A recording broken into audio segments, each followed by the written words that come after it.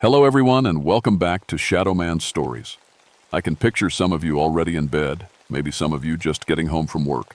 Wherever you are, whatever time it is, I'm glad you're here. If this helps you relax or sleep, please like and subscribe. It means a lot. Now, let's get you comfortable, and I'll tell you tonight's story. My name is Marcus Ironwood, and I've been a park ranger in Alaska for 14 years. In all that time, I've found over 100 lost souls in the wilderness.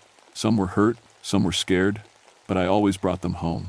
I used to think my grandmother's old stories were just tales to keep kids from wandering off alone.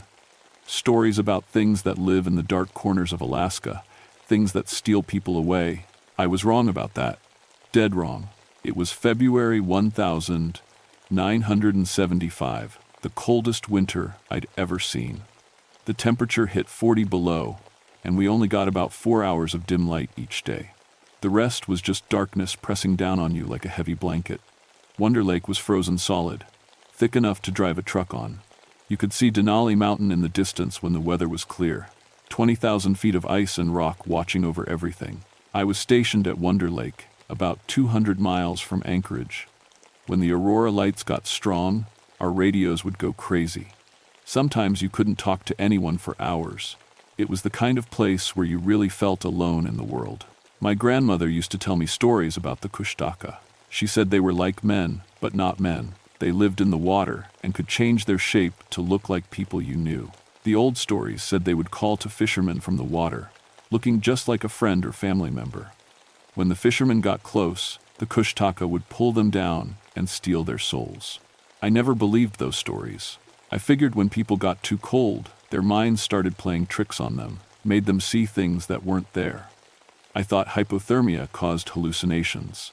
After what happened in February 75, I know better now.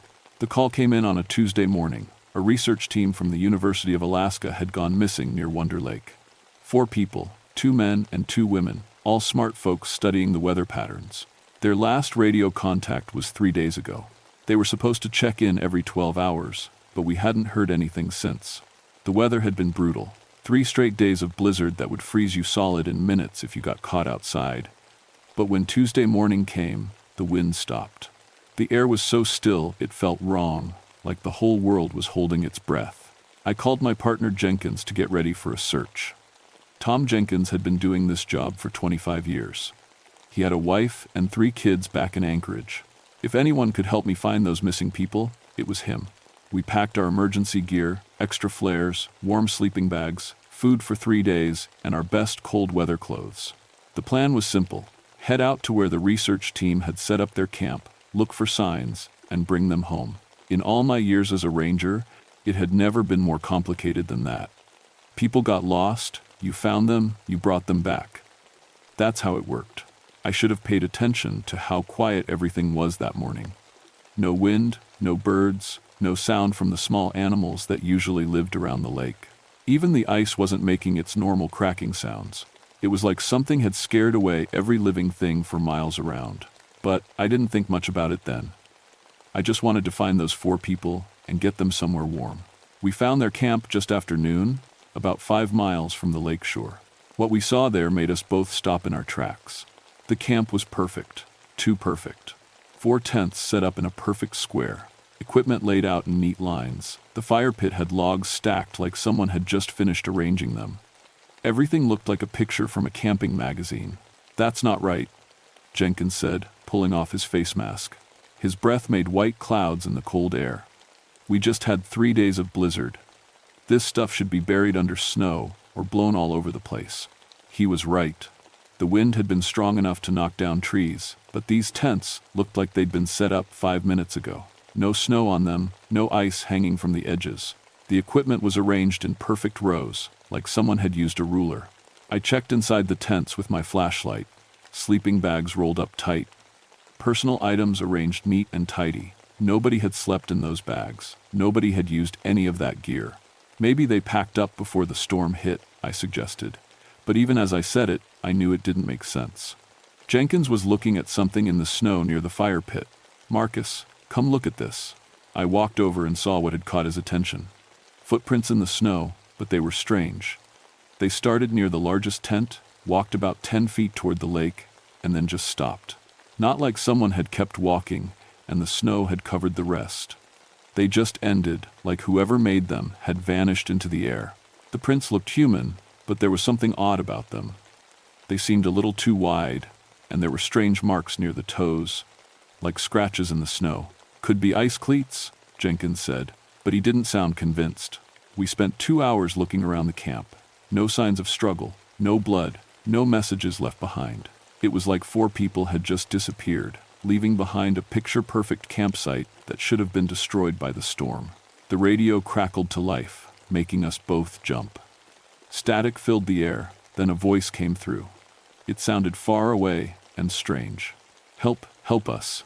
Jenkins grabbed his radio. This is Ranger Station Wonder Lake. Who is this? What's your location? More static.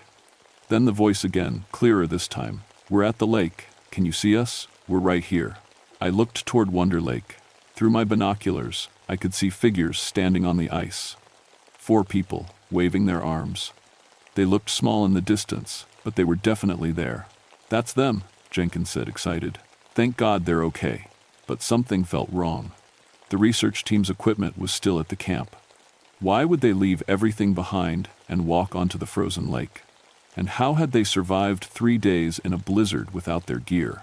Jenkins was already packing up to head toward the lake. Come on, Marcus, let's go get them. I took another look through the binoculars. The 4 figures were still there, still waving, but they weren't moving around the way people usually do when they're cold. They stood perfectly still, except for the waving. No jumping to keep warm. No huddling together. Jenkins, wait, I called, but he was already walking toward the lake. I followed him, but something in my gut told me this wasn't right. The air felt too still. The silence was too complete. And those footprints that ended in the middle of nowhere kept bothering me. As we got closer to the lake, I pulled out my thermal imaging scanner. It was military equipment that showed heat signatures. If there were 4 people standing on that ice, the scanner would pick up their body heat even from this distance. I pointed it toward the lake and looked through the viewfinder. Nothing. No heat signatures at all. The ice showed up as dark blue on the screen, meaning it was cold. But there was nothing showing the warm red and yellow colors of human bodies. Jenkins, I called out. The thermal scanner isn't picking them up. Maybe it's broken in this cold, he called back.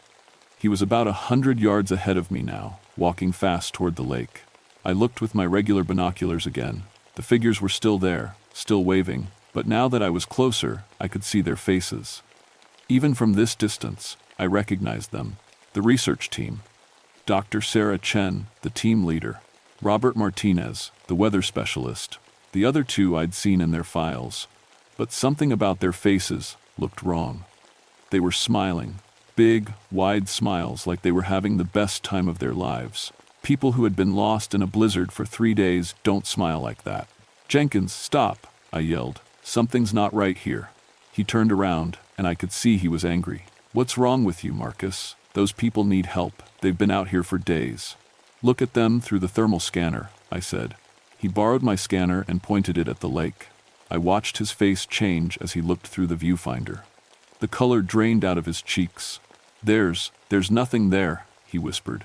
We both looked at the lake with our regular binoculars. The 4 figures were gone. The ice was empty. That's when we heard the voices calling from behind us, back at the camp. Help, we're over here. Please help us. We turned around and saw 4 people standing near the research camp, waving their arms frantically. It was the same research team. Dr. Chen, Martinez, and the other 2. But now they looked desperate, scared. How did they? Jenkins started to say, then stopped. He was looking back and forth between the camp and the lake, trying to understand what he was seeing. Which ones are real? I asked quietly. The voices from the camp got louder. Please, we're hurt, we need help. Jenkins started walking toward the camp. We have to help them, he said. But I grabbed his arm. Wait, something's very wrong here. That's when I noticed his shadow. Jenkins was standing right next to me, but when I looked down at the snow, I could see my shadow clearly in the dim light. His shadow was wrong. It looked like the shadow of something much larger, with arms that were too long. I looked up at Jenkins' face. He looked normal, but his eyes seemed different. They reflected the light like an animal's eyes. "Come on, Marcus," he said, and his voice sounded just a little bit off, like someone trying to copy the way Jenkins talked. "Those people need our help." I stepped back from him. "You're not Jenkins." The thing that looked like Jenkins smiled at me. The smile was too wide for a human face. "Of course I'm Jenkins," it said in his voice. "What's wrong with you, Marcus?" "We need to help those people." I pulled out my emergency flare gun and backed away. "Where's the real Jenkins?" The fake Jenkins laughed, and the sound made my skin crawl. It was Jenkins' laugh, but there was something cruel about it. "You're losing it, partner. The cold is getting to you." I heard sounds from the direction of the lake, splashing noises, like something big moving around in water. But the lake was frozen solid. There shouldn't be any water sounds. "That's Jenkins," the thing said, pointing toward the lake. "He fell through the ice. You need to help him." From the lake came Jenkins' voice, screaming, "Marcus, help me. I'm in the water. It's so cold." I looked back and forth between the fake Jenkins standing in front of me and the sounds coming from the lake. The fake one was still smiling that horrible smile. "Choose quickly," it said. "He's drowning." I raised the flare gun. "Get away from me." The thing's smile got even wider. "You don't understand, Marcus. I'm trying to help you. There are things in this lake that are much worse than me." That's when I heard the real Jenkins scream again from the lake, and the sound was so full of terror that it made my blood freeze. I ran toward the water, leaving the fake Jenkins behind. When I got to the shore, I saw a hole in the ice about 20 feet from the edge. The hole was perfectly round, like it had been cut with a giant cookie cutter. Jenkins was in the water, holding onto the edge of the ice with his fingertips. "Marcus," he gasped. "Something grabbed me. Something pulled me down." I got down on my belly and crawled toward the hole, spreading my weight out so I wouldn't fall through. The ice was thick, at least 3 feet. Whatever had made that hole was incredibly strong. "Grab my hand," I called to Jenkins. He reached for me, but just as our fingers touched, something jerked him backward. He disappeared under the water with a splash. I waited for him to come back up. 10 seconds, 20 seconds, 30 seconds. The water in the hole was perfectly still. "Jenkins," I yelled. No answer. I took off my pack and pulled out a waterproof flashlight. I shined it down into the hole, trying to see into the dark water below the ice. Something shined back at me. 2 yellow eyes, bigger than human eyes. They were about 15 feet down, staring up at me. As I watched, they moved closer to the surface. I scrambled backward just as something burst up out of the hole.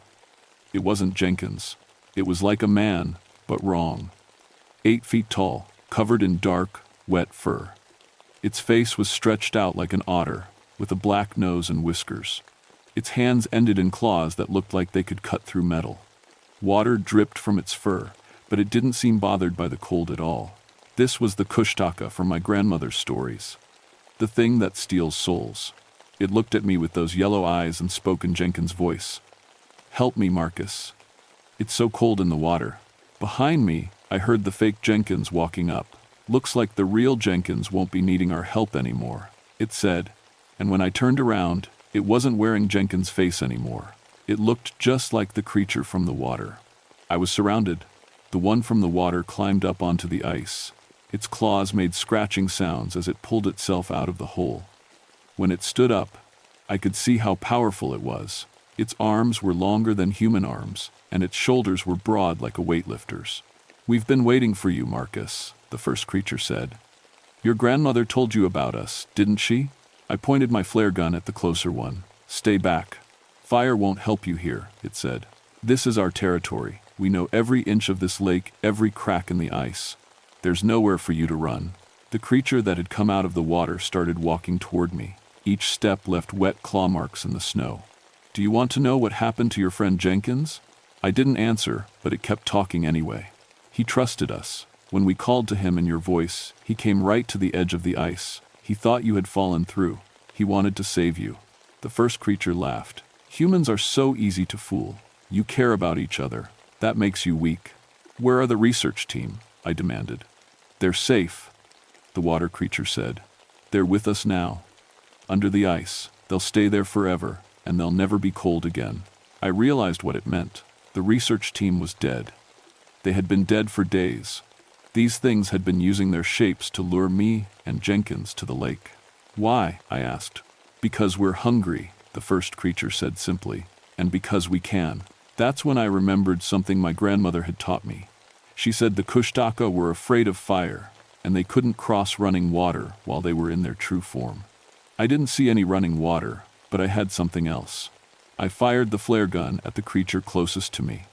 The bright red flare hit it in the chest and exploded in a shower of sparks. The creature screamed, a sound like a wounded animal, and stumbled backward. "Fire!" it shrieked. "He has fire!" The other creature hissed and backed away from me.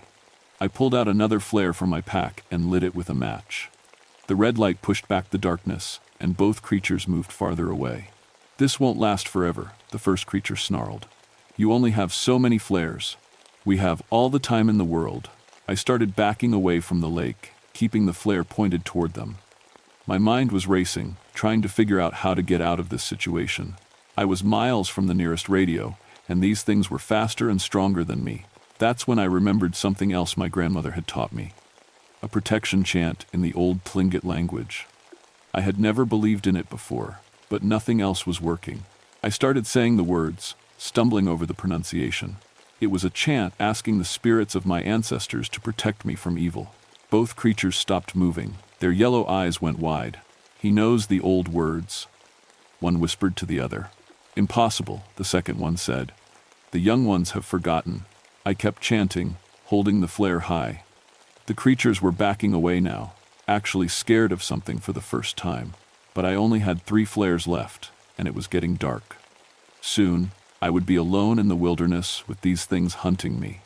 I had to find a way to get back to the ranger station, and I had to do it fast. The problem was, I wasn't sure I could trust anything I saw anymore. If these creatures could look like Jenkins and the research team, how would I know what was real and what was fake? I backed away from the lake, keeping the flare between me and the creatures.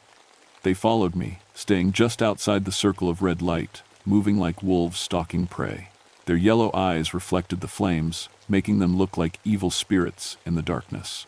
The temperature was dropping fast as the sun disappeared completely. Soon it would be 50 below zero. I had to find shelter, but I couldn't go back to the research camp. Those things might have more tricks waiting for me there. I remembered a small emergency shelter about 2 miles east of the lake. It was just a tiny cabin with supplies for lost hikers. If I could reach it, I might be able to wait until morning and figure out how to call for help. I lit a second flare as the first one started to burn low. The creatures hissed and moved back again. "You can't keep this up forever," the larger one called out. "We know where you're going. We know every shelter, every hiding place. We've been hunting in these woods for hundreds of years." I didn't answer. I just kept walking, trying to remember the path to the emergency shelter. In the dark, with snow covering everything, it was hard to tell which direction to go. Behind me, I could hear the creatures whispering to each other in a language I didn't understand. It sounded like water flowing over rocks, with clicking sounds mixed in. After about an hour of walking, I saw a light ahead through the trees. It was the emergency shelter, with a warm yellow glow coming from the windows. Someone had lit the oil lamps inside. My heart jumped with hope. Maybe there were other rangers there. Maybe help had arrived. But then I remembered, I was supposed to be the only ranger in this area. Who else would be at the shelter? I stopped walking and studied the cabin carefully. Through the windows, I could see shadows moving around inside. It looked like 3 or 4 people were in there, talking and moving around like they were having a normal conversation. One of the shadows came to the window and waved at me. It looked like Jenkins. I lit my third flare and pointed it toward the cabin. "I know you're not real," I yelled. The shadow in the window stopped waving. Then all the lights in the cabin went out at once. The creatures behind me started laughing. "Did you think we only had 2 shapes?" One of them called out. "We can be anyone you've ever known. We can be everyone you've ever trusted." The cabin door opened, and my grandmother walked out. She looked exactly like I remembered her from when I was a child, small and wrinkled, with long gray hair braided down her back. She was wearing the traditional Tlingit clothes she used to wear for ceremonies. "Marcus," she called in, her gentle voice. "Come inside, grandson. It's cold out there." For a moment, I almost believed it. She looked so real, so much like the grandmother I loved. But then I remembered she had been dead for 5 years. "You're not her," I said. "Of course I am," the fake grandmother said. "I've come back to help you. These creatures are dangerous, but I know how to protect you. Come inside and I'll teach you the old ways." Behind me, the real creatures had gone quiet. I couldn't see them anymore, but I knew they were still there. "If you're really my grandmother," I called out, "tell me the end of the protection chant you taught me." The fake grandmother's face changed. The kind expression became cold and angry. "You dare test me, boy?" Real grandmother never would have called me boy. She always called me by my name or grandson. I pointed my flare at the thing wearing my grandmother's shape. "Get away from me." The fake grandmother's form began to change. Her small body grew taller and broader. Her hands stretched into claws. Her face extended into the otter-like snout I had seen before. In seconds, it had become another Kushtaka. "Fine," it snarled. "No more games, no more tricks. We'll take you the hard way." I heard movement in the trees around me. More creatures were coming out of the forest. I could see their eyes reflecting my flare light. 5, 6, maybe 7 of them. They had been hiding, waiting for the right moment. This was it. I was surrounded, almost out of flares, and miles from any real help. I closed my eyes and tried to remember the rest of my grandmother's protection chant. The real one had taught it to me when I was 7 years old, making me repeat it until I had it memorized. She said it would protect me from evil spirits, but I had never believed her. Now it was my only hope. I started chanting in Tlingit, speaking the old words as clearly as I could remember them. The creatures stopped moving toward me. Some of them actually stepped backward. I opened my eyes and saw that my flare was burning brighter. The red light seemed stronger, pushing further back into the darkness. "Impossible," one of the creatures whispered. "He has the protection of the ancestors." "It won't last," another one said. "The old magic is weak now. No one believes in it anymore." But I could feel something changing. The air around me felt warmer, even though the temperature was still dropping. I felt like I wasn't alone anymore, like someone was standing beside me. I continued the chant, and my voice got stronger.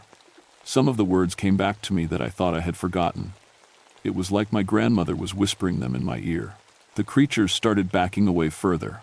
A couple of them disappeared back into the trees. "This isn't over," the largest one called out. "We know where you live. We know where you work. We'll find you again." But it was backing away too, moving toward the lake. I kept chanting until I couldn't see any of their eyes in the darkness anymore. Then I lit my last flare and started walking toward the real emergency shelter. Not the one they had been using to trick me, but the real one I knew was about half a mile north. I walked through the forest all night, stopping only to light matches to keep some light around me. Every shadow looked like it might be one of the creatures.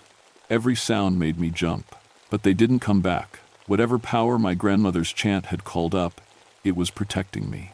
Just as the sun started to come up, I found the real emergency shelter. It was cold and dark inside, but it was real. I barricaded the door, lit the oil heater, and used the emergency radio to call for help. The rescue helicopter found me 12 hours later. I had frostbite on 3 fingers and both feet, but I was alive. The military search team found Jenkins' body in the lake 3 days later. He had drowned, just like the creatures said. They also found the 4 research team members in a crevasse about a mile from their camp. They had been dead for almost a week. The official report said the research team died in an accident during the blizzard. Jenkins was listed as drowning after falling through thin ice while searching for them. Equipment failure and extreme weather were blamed for everything. No one mentioned creatures or missing time or impossible things. But I know what really happened out there. I spent 2 months in the hospital recovering from the frostbite. When I got out, I went to visit my grandmother's sister, who was the only person left alive who remembered the old stories. I asked her to teach me more about the Kushtaka and how to protect against them. She taught me other chants, other protections. She gave me a small bag of sacred items to carry with me: eagle feathers, special stones, dried herbs that were supposed to keep evil spirits away. I carry that bag with me every day now. I also learned that my grandmother had always known I would face something like this. My great-aunt told me that my grandmother had seen it in a dream when I was born. She said that's why she taught me the protection chant, even though I didn't believe in it at the time. The old spirits knew you would need their help, my great-aunt told me. They were watching over you that night. I went back to work as a park ranger, but I requested a transfer away from Wonder Lake.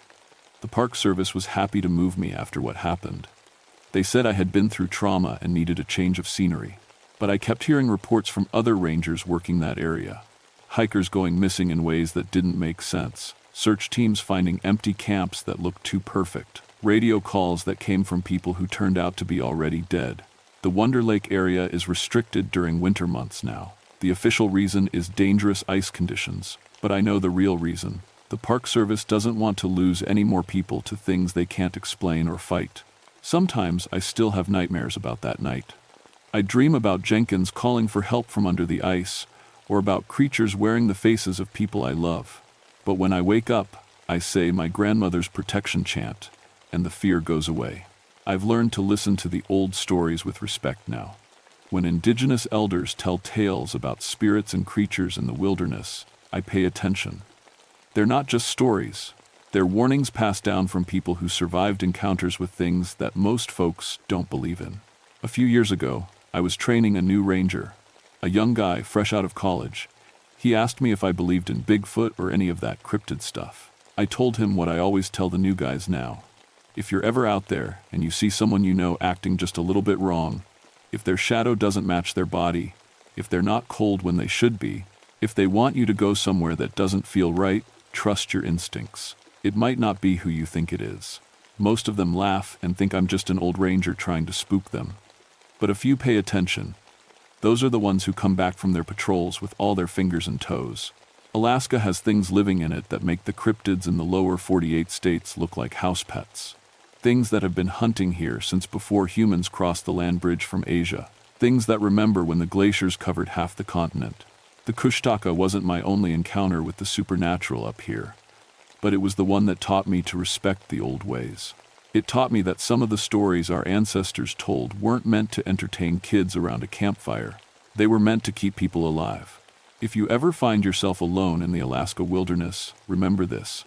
If something seems too good to be true, it probably is. If someone you trust is leading you toward deep water or thin ice, ask yourself why. And if you ever hear someone calling for help from a place where no one should be, maybe you should think twice before you go to help them.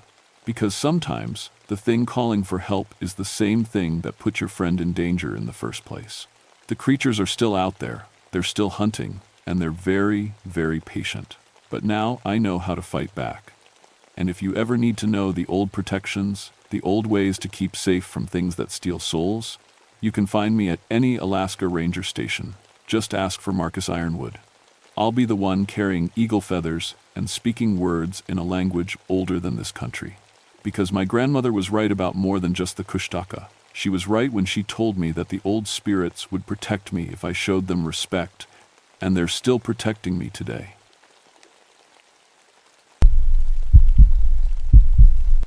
My name is Catherine Stormwind, and I've been a park ranger for 11 years in the most dangerous place on Earth. Well, that's what I thought before 1982. Before I learned there are things worse than falling into a crevasse or freezing to death in a whiteout. I work in Wrangell Street, Elias National Park in Alaska, up on the Bagley ice field. It's the biggest ice sheet outside the North and South Poles. 5,000 square kilometers of ice that can crack open and swallow you whole without warning. Most people think my job is crazy. Walking across ice fields where the temperature hits 60 below, rappelling into cracks in the earth that go down hundreds of feet, pulling frozen bodies out of places where no human should ever go. But I love it. Always have. Ever since I was a kid, growing up in Anchorage. My dad was a mountain guide, and he taught me to read ice like other people read books. You can tell by the color if it's safe to walk on. Blue-white means solid. Gray means stay away. And if you see black ice that looks like glass, you run, because there's nothing but air underneath. I got good at it, real good. Good enough to guide climbers up Mount McKinley for 5 years before I took this job. Good enough to survive when my team got caught in an avalanche on Everest in '78. I was the only one who made it home from that trip. And that's when I knew I wanted to help people instead of risking their lives for sport. So here I am, 33 years old, living in a cabin that's 150 miles from the nearest town. The only way in or out is by ski plane, and only when the weather's good enough to fly, which isn't often. People ask me if I get lonely. The truth is, I'm never really alone up here. There's my partner Morrison, Jim Morrison, though he hates it when people make jokes about the singer. He's been doing ice rescue for 8 years, got a wife and 2 kids back in Fairbanks. Good man to have watching your back when you're hanging off a rope in a blizzard. Then there's Rodriguez, our pilot, crazy Mexican guy who can land a plane on ice so thin you can see through it. He flies supply runs twice a month, weather permitting. Sometimes we don't see him for 6 weeks at a time. The 3 of us, we're like a family. Have to be. When you're stuck together in the middle of nowhere with nothing but ice and snow for 100 miles in every direction. I thought I knew everything about this place, thought I understood what lived and died out here. The ice tells stories if you know how to listen. Animal tracks frozen in place for weeks, signs of avalanches from decades past. Sometimes you find old camps from trappers or prospectors, their gear still sitting where they left it, preserved in the cold like a museum. The Russians, who first explored this area back in the 1700s, they had stories about ice devils. Native Alaskans talked about spirits that lived in the glaciers, things that came out when people got too hungry or too cold. I always figured those were just stories people told to explain why so many folks disappeared up here. The ice is dangerous enough without adding monsters to the mix. But that was before January 1982. Before the Geological Survey team went missing. Before I learned that some stories aren't just stories. It started on a Tuesday. We got a radio call from Dr. Sarah Chen, lead geologist for a team studying ice core samples up on the northeast section of the field. They'd been out there for a week, drilling into ice that was thousands of years old, looking for evidence of ancient climate patterns. Standard stuff. Scientists come up here all the time, but this call was different. Doctor. Chen sounded excited, almost breathless. We found something unusual in the cores, she said. Something that shouldn't be here. We need more time to study it. That was the last we heard from them. For 3 days, we tried to raise them on the radio. Nothing. Morrison wanted to wait for better weather. But I had a bad feeling. You don't survive 11 years up here without learning to trust your gut, and my gut was screaming that something was wrong. The storm that had been pounding us finally broke on Friday morning. The sky went from gray-black to pale blue in about an hour, and the wind dropped to almost nothing. Rodriguez fired up the plane, and we headed northeast to find Dr. Chen's team. What we found at their camp made my blood run cold, even in 60 below weather. The tents were still standing, which was the first weird thing. If they'd been hit by wind, everything would be scattered across the ice field. But the tents looked perfect, like they'd just been set up. The second weird thing was the arrangement. All their equipment, ice drills, sample containers, scientific instruments worth hundreds of thousands of dollars, was arranged in a perfect spiral around the main tent. Not scattered by wind, arranged. Like someone had taken their time to place each piece just so. Maybe they did this themselves, Morrison said, but his voice didn't sound convinced. Some kind of organization system. I walked the spiral, studying the pattern. It reminded me of something, but I couldn't put my finger on what. The ice cores they'd been studying were arranged in the center, stacked like a little pyramid. But these weren't the neat, cylindrical samples I was used to seeing. These looked chewed, gnawed on, like a dog had been working on them. Rodriguez, I called out. Take a look at this ice. Our pilot walked over and crouched down next to me. He'd been flying supply runs to research teams for 15 years, so he knew what ice cores were supposed to look like. Jesus, he whispered. What could do that to solid ice?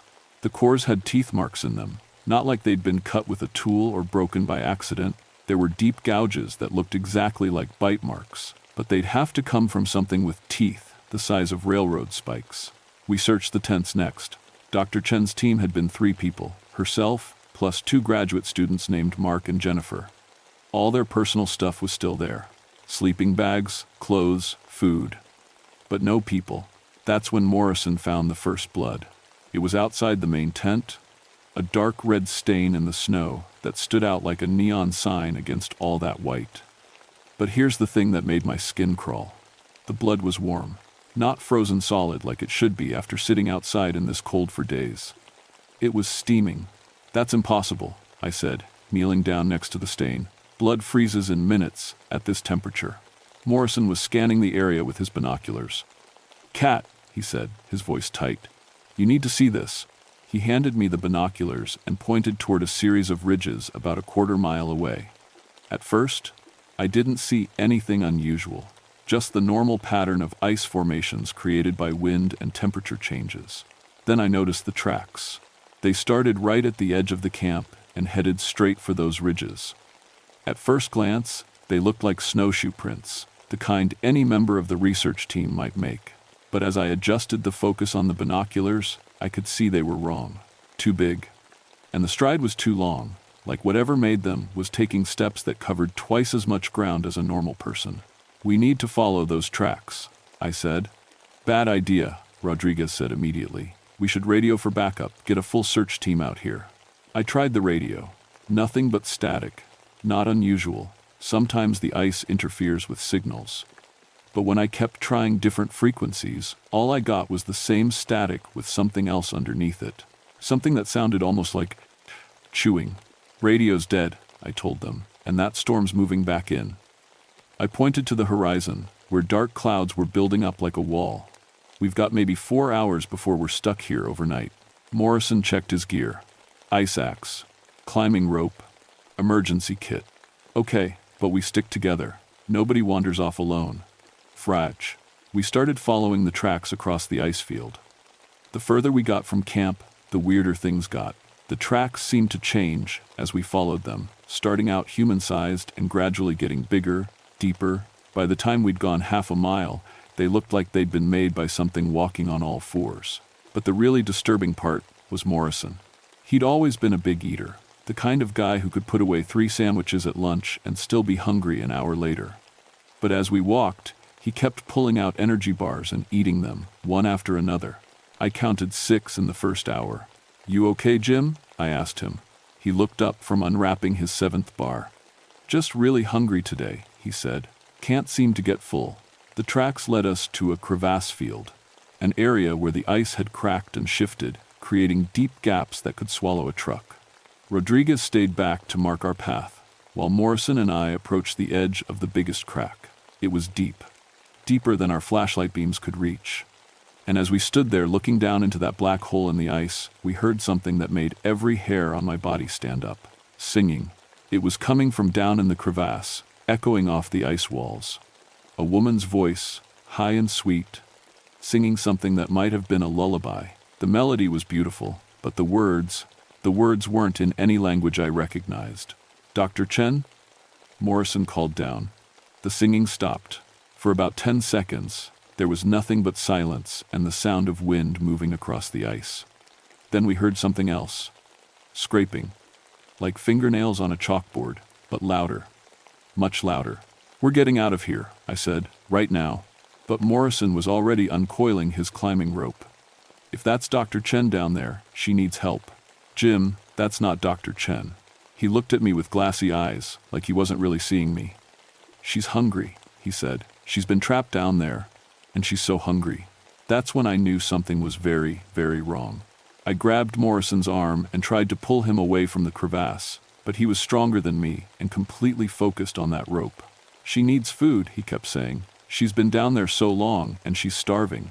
The scraping sound from the crevasse was getting louder, like something with very sharp claws was climbing up the ice walls toward us.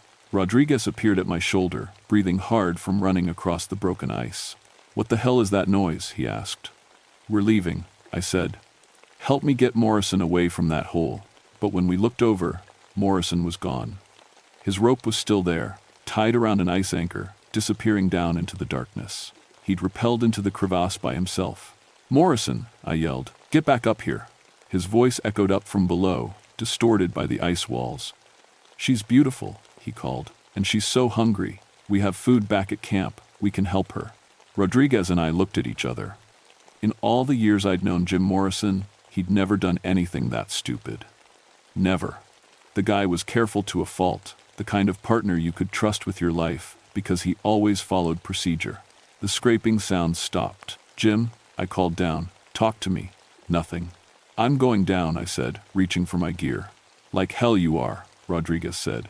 "Something's wrong here, really wrong. We go back to camp, radio for help, and come back with a full rescue team. There's no time. If Morrison's hurt..." A scream cut through the air, high-pitched, full of terror and pain, but it didn't sound like Morrison. It sounded like Dr. Chen. Then Morrison's voice, calm and happy. "It's okay, she feels better now." I was already putting on my climbing harness. "Rodriguez, if I'm not back up in 15 minutes, you get in that plane and fly to town. Tell them to bring the military." "Cat." "That's an order." I clipped into Morrison's rope and started rappelling into the crevasse. The ice walls were smooth, almost polished, reflecting my headlamp beam back in weird patterns. About 50 feet down, I found the first blood. It was splashed across the ice like someone had thrown a bucket of paint. Fresh blood, still warm enough to steam in the cold air. But no body, no Morrison, no Dr. Chen. I kept going down. At 100 feet, I found Morrison's ice axe stuck in the wall. The metal blade was bent almost in half, like something incredibly strong had grabbed it and twisted. Morrison would never abandon his axe. It was like leaving his right arm behind. At 150 feet, my rope ran out. I was standing on a ledge of ice, looking into a horizontal tunnel that seemed to stretch back into the glacier itself. And that's where I found them. Dr. Chen was sitting against the far wall of the tunnel, or what was left of her. Her face was intact, even smiling, but everything from the neck down was gone, just gone. Like something had eaten the rest of her body but left the head as decoration. Morrison was crouched next to her, gnawing on what looked like a frozen arm. When my light hit him, he looked up with a grin that was way too wide for his face. His teeth were red. "Cat," he said, like he was happy to see me at a barbecue. "You found us. Jennifer and Mark are here too, but they're sleeping." He gestured toward 2 lumps of fabric and bone in the corner. "Dr. Chen told us about her discovery. It's incredible." "Jim," I said, trying to keep my voice steady. "We need to get out of here, right now." "But we just started dinner," he said, taking another bite of the arm. "And I'm still so hungry. Hungrier than I've ever been. It's like I've been starving my whole life and just now realized it." He stood up, and I could see that he'd changed. Morrison had always been a stocky guy, built like a linebacker, but now he looked stretched out, like someone had grabbed him by the head and feet and pulled. His arms hung down almost to his knees, and his fingers had grown into long, sharp points. "The thing about hunger," he said, starting to walk toward me, "is that once you really understand it, once you accept it, everything becomes food." I backed up to the edge of the ledge. Behind me was 150 feet of empty air. In front of me was something wearing Morrison's face, but definitely not Morrison anymore. "Even friends," he said. That's when Dr. Chen's head started laughing. I unclipped from the rope and jumped. Falling through a crevasse isn't like falling off a building. The walls are close enough that you can sometimes catch yourself, if you're lucky and fast and have the right equipment. I slammed my ice axe into the wall and felt it catch, jerking me to a stop about 20 feet down from Morrison's ledge. Above me, something was howling. Not Morrison's voice anymore, but something much deeper and older. The sound echoed off the ice walls until it seemed like the whole glacier was screaming.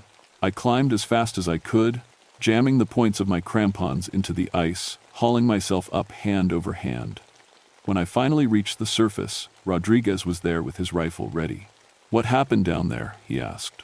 "Morrison's dead," I said, gasping for air. "Something's wearing his body, but he's dead." "That's impossible." A sound came from the crevasse below us, like a dozen people moaning in hunger. Then the rope started moving. Something was climbing up. "Run," I said. We ran. Behind us, the thing that used to be Morrison emerged from the crevasse. I could hear it following us across the ice field, moving faster than any human could move. When I looked back, I caught a glimpse of something that was 12 feet tall and bone-thin, with Morrison's face stretched across a skull that was twice too big. We made it to Rodriguez's plane as the storm clouds opened up and snow started falling in thick, heavy flakes. Rodriguez had the engine running before I even got my harness off. "What about the research team?" he asked as we taxied across the ice.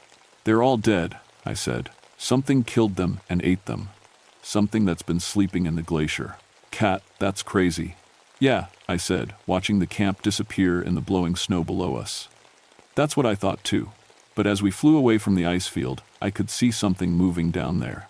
Something big and pale, walking between the abandoned tents like it owned the place. And I knew we hadn't seen the last of it. We made it about halfway back to town before the engine started coughing. Rodriguez was checking his instruments, frowning at readings that didn't make sense. "Oil pressure's dropping," he said. "Temperature's climbing. Something's wrong with the engine. Can you get us back to base?" "Maybe, if nothing else breaks." That's when I smelled it, the sweet metallic scent of blood mixing with engine oil. I looked back at the cargo compartment and saw dark liquid dripping from somewhere above us. "Rodriguez," I said, "when did you last check the engine compartment?" "This morning before we flew out. Everything was perfect." I unstrapped myself and crawled back to investigate. What I found made my stomach drop. Someone, or something, had torn through the aluminum skin of the plane and damaged the oil lines. But the tears weren't clean cuts. They looked like claw marks. "Something sabotaged the plane," I called forward. "While we were at the camp." "That's impossible. Nothing could get up there without pull." The engine died completely. Rodriguez was good, better than good.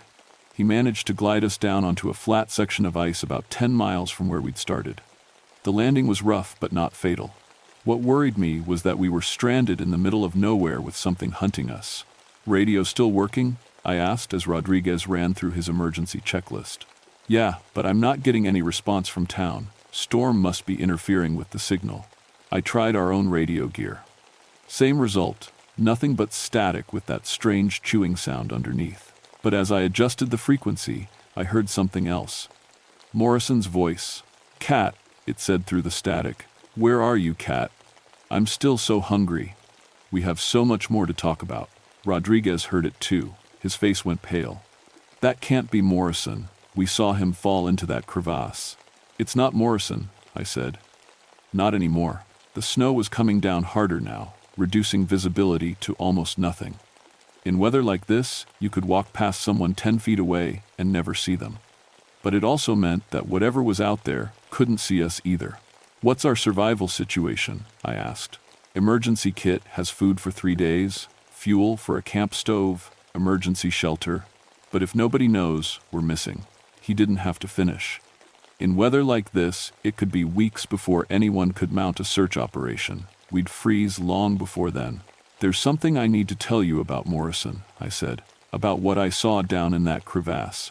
I explained what had happened to the research team, what Morrison had become, what I'd seen in that ice tunnel. Rodriguez listened without interrupting, but I could see he was having trouble believing it. "So you're telling me there's some kind of cannibal monster out there that used to be our partner?" he said. "That's exactly what I'm telling you. And it can somehow track us across miles of ice in a blizzard? I think it's been tracking us the whole time. I think it knew we'd come looking for the research team." That's when we heard the singing again. It was coming from somewhere out in the storm, the same beautiful melody I'd heard at the crevasse. But now I could make out some of the words. They were in English, but wrong somehow. Like someone who didn't understand the language was trying to imitate human speech. Come out, Cat and Rodriguez. I have such wonderful things to show you, such delicious things to share." Rodriguez grabbed his rifle. "How does it know my name?" "It was Morrison. It has his memories." The singing was getting closer. Through the blowing snow, I could see a pale shape moving toward us. It was walking upright but wrong, like someone had forgotten how human joints were supposed to work. "We can't fight that thing," I said. "Not directly. But maybe we can trap it." I explained my plan quickly. Rodriguez thought I was crazy, but he helped me set it up anyway. We had mountaineering explosives in the emergency kit, small charges designed to trigger controlled avalanches for rescue operations. The creature that had been Morrison appeared out of the storm about 50 yards away.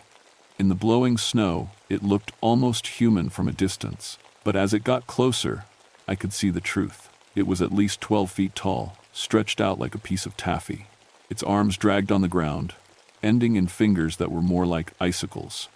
Morrison's face was still there, but it was pulled tight over a skull that was the wrong shape entirely. "Hello, Cat," it said in Morrison's voice. "I've been looking for you. We have so much to discuss about hunger, about what it really means to be alive." "What happened to you, Jim?" I called out, trying to keep its attention focused on me while Rodriguez got into position with the charges. "I learned the truth," it said, "about what we really are. We're not explorers or rescuers or any of the noble things we tell ourselves. We're just meat that thinks it's something special." It took another step closer. I could see Dr. Chen's face now. somehow incorporated into its chest like a grotesque decoration. She was still smiling. The entity in the glacier taught me that, Morrison continued. It's been sleeping down there for thousands of years, waiting for someone to wake it up, waiting for someone to understand true hunger. And what's true hunger, Jim? The need to consume everything, not just food, everything. Flesh, memories, souls. The need to make everything part of yourself until you're the only thing left in the world. That's when Rodriguez triggered the charges. The explosion wasn't huge. We'd only had enough explosive to crack the ice, not shatter it completely. But it was enough to create a series of fractures that spread out from where the creature was standing. For a moment, it looked like the plan might work. The ice began to give way under the creature's weight, and it stumbled, trying to find solid footing.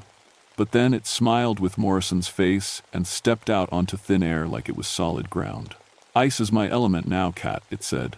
I live in it, I am it. It walked across the broken ice toward me, each step creating a small platform of frozen water that supported its weight. Behind me, Rodriguez was firing his rifle, but the bullets passed right through the creature like it was made of mist. I had one more chance, one last desperate idea. I pulled out my emergency flare and lit it. The creature stopped, suddenly wary. "What's the matter, Jim?" I said. "Don't like fire?" Its expression changed from confidence to something like fear. "Fire is destruction," it said. "Fire is waste.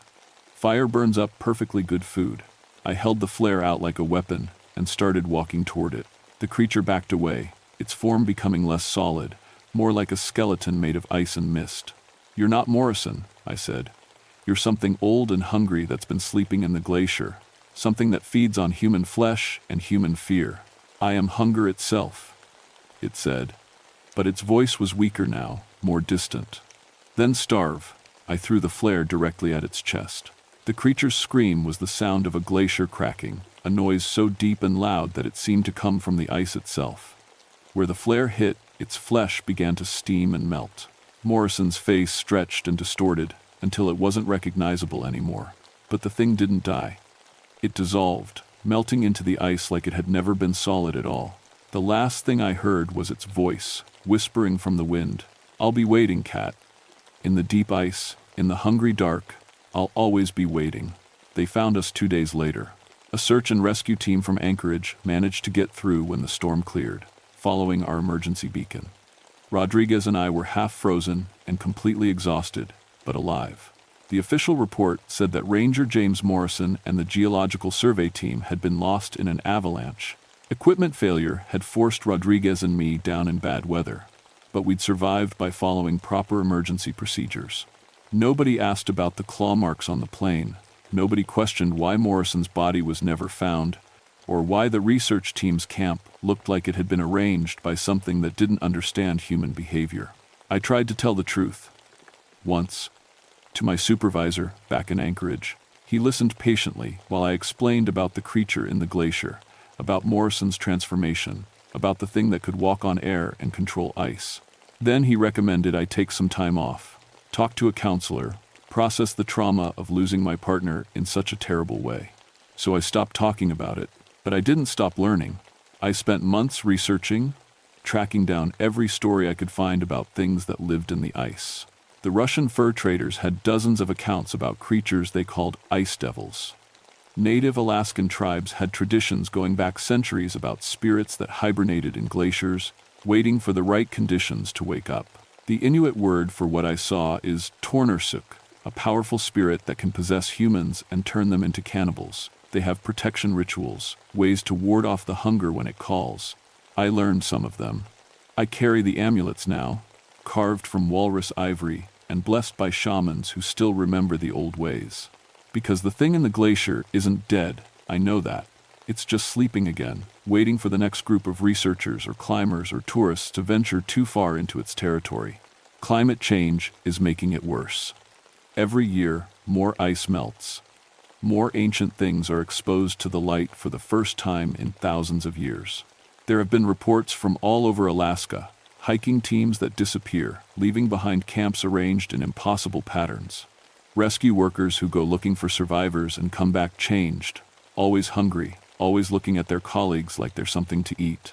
The government knows. They have to.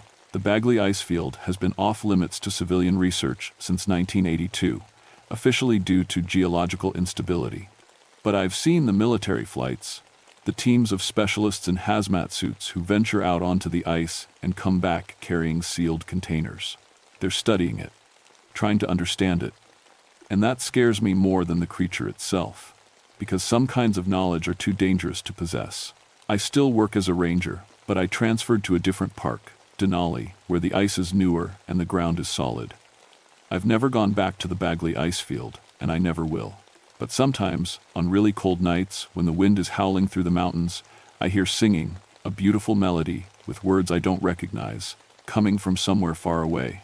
And I remember Morrison's voice saying, "I'll always be waiting." So I keep my flares close. I stay away from deep ice. And when people ask me for advice about backcountry survival in Alaska, I tell them the same thing. If you're ever out there in the wilderness and you start getting hungrier despite eating regularly, if your companions start looking at you differently, if you hear singing coming from cracks in the ice, get out. Immediately. Don't try to investigate. Don't try to help. Just run, and don't stop running until you're somewhere warm and safe and surrounded by people. Because hunger is patient. Hunger can wait. And hunger is always looking for someone new to teach about what it really means to be alive. Trust me on this. I've seen what happens when the lesson begins. My name is James Ravenfeather, and I've been a ranger on Kodiak Island for 17 years. In that time, I've seen things that would make most people pack up and head back to the city. Brown bears the size of pickup trucks. Storms that can flip a boat like a toy. Wilderness so wild, it feels like the world forgot to finish making it. But I never believed in the old stories. Not until September of 1978. My grandmother used to tell me about the bear walkers. She'd sit by the fire in our little house in Kodiak Village, speaking half in English and half in our old Alutiiq language. Some people, she'd say, they can take the bear's shape, walk on 4 legs instead of 2. But it's dangerous, Jimmy, very dangerous. I'd nod and smile, but inside I was thinking what any kid thinks when grown-ups talk about magic. It was just a story, something to keep children from wandering too far into the woods. Then I went to college and studied animal behavior, learned about territorial patterns and mating seasons and feeding habits, got my degree and came back home to work for the Fish and Wildlife Service. Everything had a reason. Everything made sense. The Karluk Lake region is my beat. 30 miles from the nearest settlement, accessible only by boat or bush plane when the weather's good. It's bear country like nowhere else on Earth. The salmon run every September brings in hundreds of brown bears, some pushing 1,500 pounds. They fish the streams, fatten up for winter, and mostly leave people alone if you know what you're doing. And I know what I'm doing. I carry a 12-gauge loaded with slugs, bear spray on my belt, and a radio that usually works. I know which bears are the troublemakers and which ones will just ignore you. I know how to read their body language, how to back down slowly, how to make myself look bigger if I need to. What I didn't know was how to track something that switched from human footprints to bear paws in the middle of a stride. It started with the fishing camps. 3 different groups had radioed in bear problems over the first week of September. Not unusual by itself. The salmon run always brings complaints. City folks come up from Anchorage thinking they know wilderness, then panic when a real bear shows up. But these reports were different. The bears weren't just stealing fish or knocking over coolers. They were working together. Coordinated attacks, like they were planned. One group said 5 bears surrounded their camp at once, moving like a pack of wolves. Bears don't do that. They're mostly solitary, except for mothers with cubs. Even during the salmon run, they keep their distance from each other. I took the boat up to Karluk Lake on September 15th. The weather was perfect. Clear sky, calm water, mountains reflecting like a postcard. The kind of day that makes you forget winter's coming. Martinez was supposed to meet me at the North Camp. Roberto Martinez, 23 years with Fish and Wildlife, knew bears better than anyone. If he said there was something strange going on, I'd listen. But Roberto wasn't at the meeting spot. His truck was there, parked by the boat launch. His gear was laid out neat and organized, like always. But no Roberto. I found his tracks leading into the alders. Big, thick bushes that grow 15 feet tall and make a maze you can get lost in forever. The tracks were normal at first. Roberto's size 11 boots, walking steady toward the salmon stream. Then the tracks changed. Roberto's boot prints were there, clear as day in the mud by the water. But coming back, there were bear tracks. Huge ones, bigger than any bear I'd seen in 17 years. And here's the thing that made my skin crawl. They came from the exact same spot where Roberto's tracks ended. Not side by side, not overlapping, from the same place. Like Roberto had walked to the stream on 2 legs and come back on 4. I stood there for maybe 10 minutes, just staring, trying to make sense of it. Maybe Roberto had taken his boots off to wade in the stream. Maybe a bear had walked over his tracks. Maybe the mud was playing tricks on me. But deep down, in a place that remembered my grandmother's stories, I knew I was looking at something impossible. Something that shouldn't exist, but did. I followed the bear tracks for 2 miles, through alders so thick I had to crawl in places. Every few yards, I'd find something that made my stomach turn. A piece of Roberto's shirt hanging on a branch, his radio cracked and silent, his bear spray, unused and still clipped to what was left of his belt. The tracks never wavered. They followed the old bear trails perfectly, like whatever made them knew exactly where to go. But no bear learns trails that fast. It takes years for a bear to know territory that well. The tracks led to a small clearing where the salmon stream widened into a pool. Roberto was there. What was left of him? I've seen bear attacks before. They're messy, violent, usually quick. The animal goes for the head and neck, trying to disable the threat. But this was different. Roberto was torn apart, but not randomly. Deliberately. Like something had taken its time.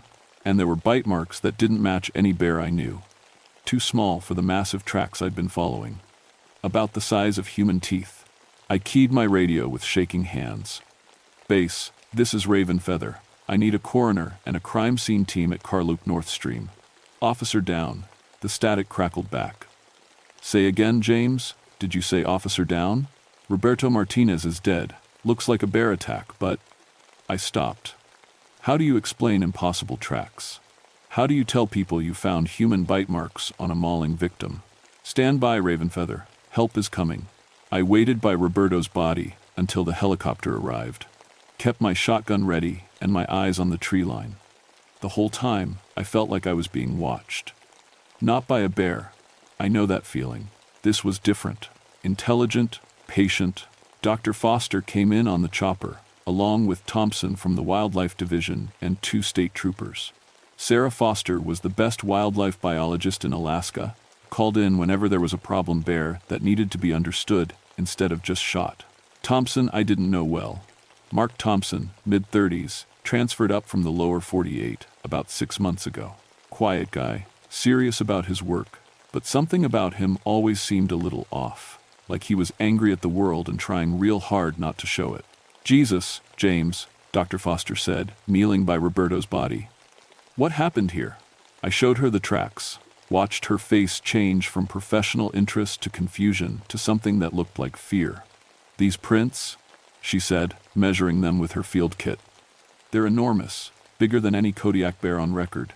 And the spacing? James, this animal was moving on its hind legs for extended distances. Bears don't do that. Thompson was studying the scene differently. While Dr. Foster took measurements and photos, he was smelling the air, checking the vegetation, moving like he was hunting something.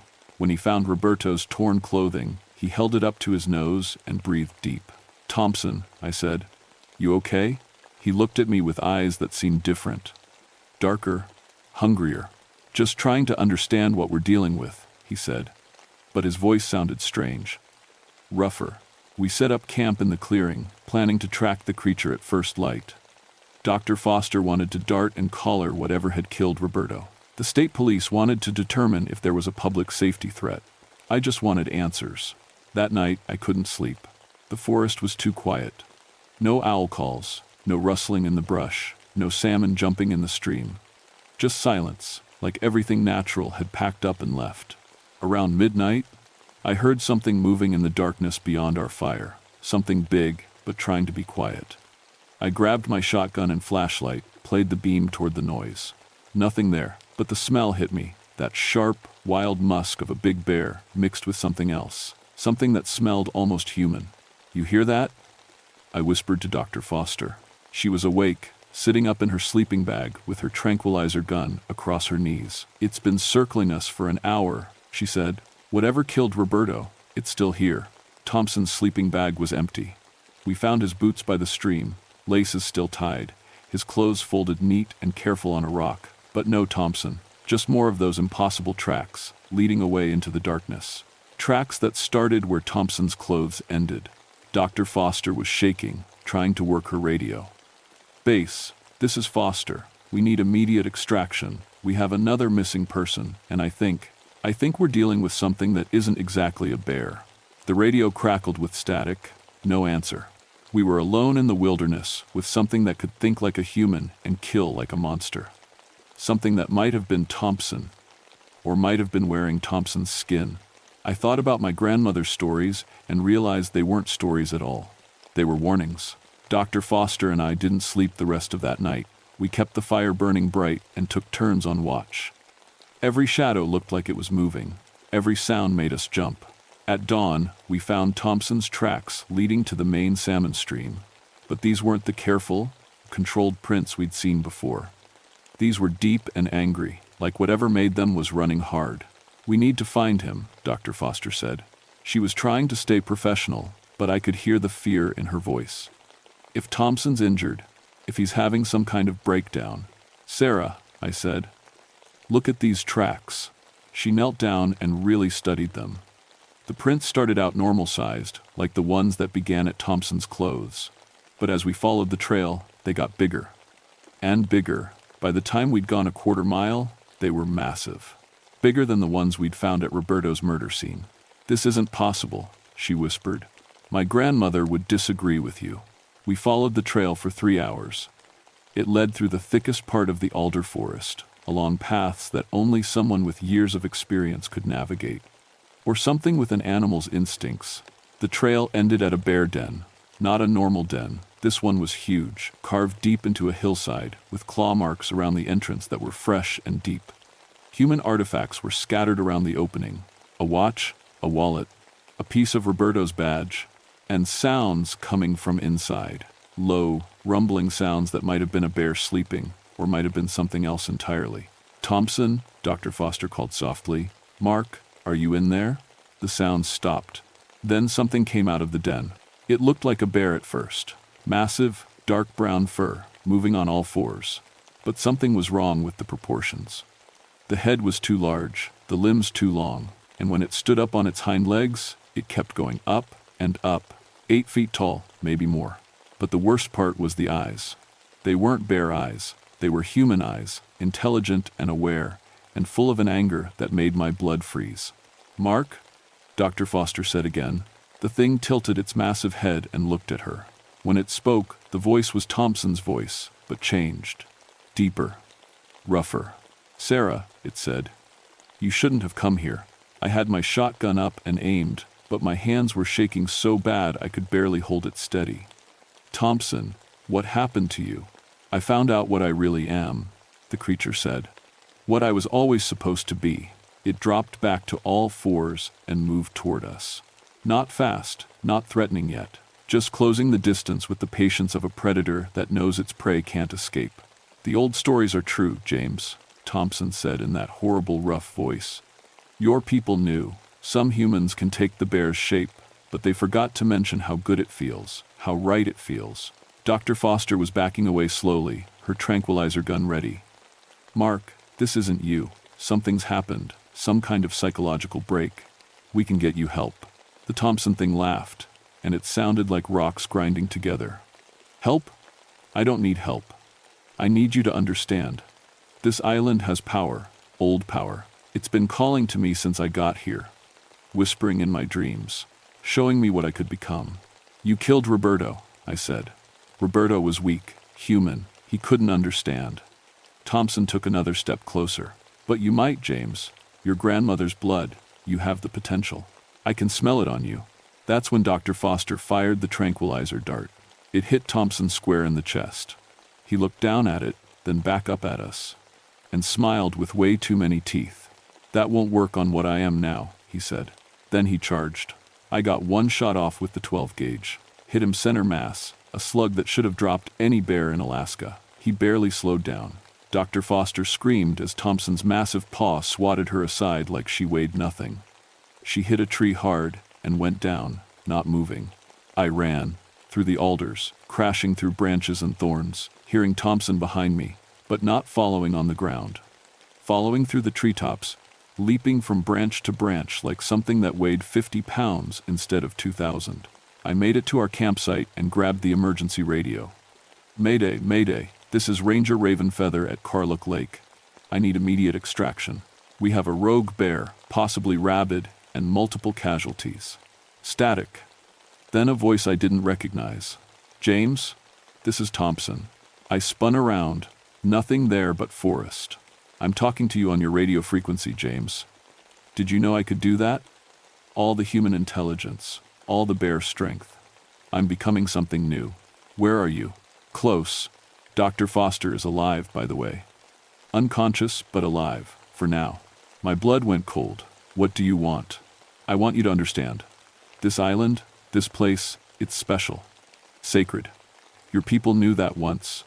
They had shamans who could take animal form. But they lost the knowledge, forgot the power. The stories said it was dangerous.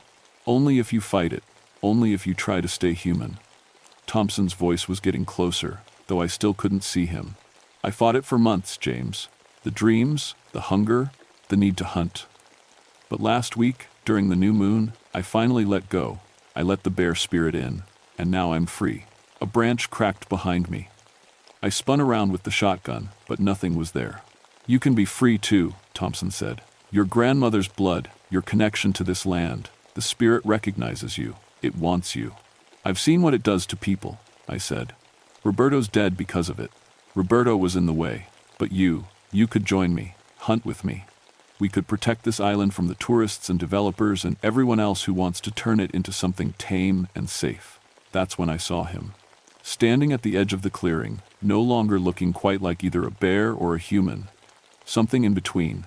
Something new and terrible and wrong. What do you say, James? Thompson asked. Ready to come home? I had maybe 3 seconds before Thompson would be on me.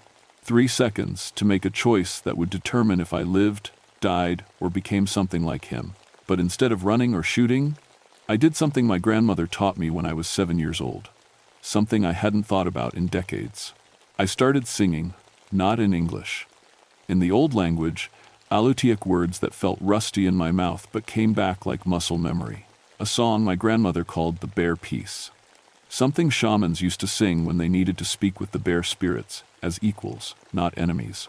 Thompson stopped mid-charge. The rage in his eyes flickered, replaced by something that looked almost like recognition. Where did you learn that? He demanded.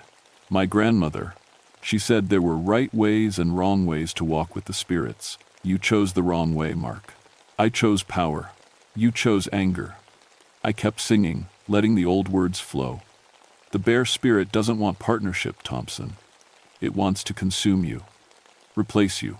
Make you into something that serves it instead of working with it. For just a moment, I saw Mark Thompson's human face looking out through the creature's eyes.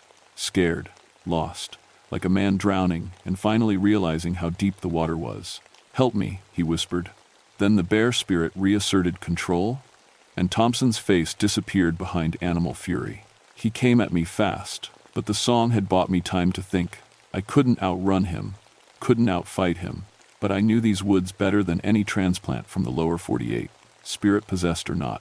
I led him to the salmon stream, where the water ran fast and deep. Bears are good swimmers, but they're heavy. And Thompson was much heavier than any normal bear. I dove in, just as his claws raked the air where I'd been standing. The current caught me and swept me downstream, toward the rapids where the stream dropped 20 feet over a series of rocky ledges. Thompson followed, crashing into the water with a splash that soaked the banks. But his massive weight worked against him. Instead of swimming, he was sinking, fighting to keep his head above water as the current dragged him toward the falls. I managed to grab a fallen log at the last second, swinging myself toward shore. Thompson wasn't so lucky. He went over the falls with a roar that was part bear, part human, part something else entirely. I climbed out of the water and ran back to where Dr. Foster was lying unconscious. She was breathing, but there was blood on her forehead and she wouldn't wake up. I got the emergency radio working and called for a helicopter evacuation. While I waited, I went back to check on Thompson. I found him at the bottom of the falls, broken on the rocks. But he was still alive, and the bear shape was flickering, shifting back and forth between animal and human, like a TV with bad reception. "James," he whispered when he saw me. His voice was purely human now, weak and scared. I couldn't control it, the spirit. It was so strong, and I was so angry. At everything. At the world, at my life, at being stuck up here. The anger fed it, I said, made it stronger. "Your grandmother. She would have known how to do this right, wouldn't she? Maybe. She always said the old knowledge was mostly lost. Too dangerous to pass down without proper teaching."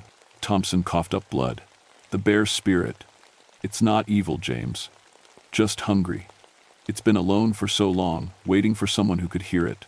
But I wasn't strong enough to stay myself. What happens now? Now." Thompson's eyes were getting glassy.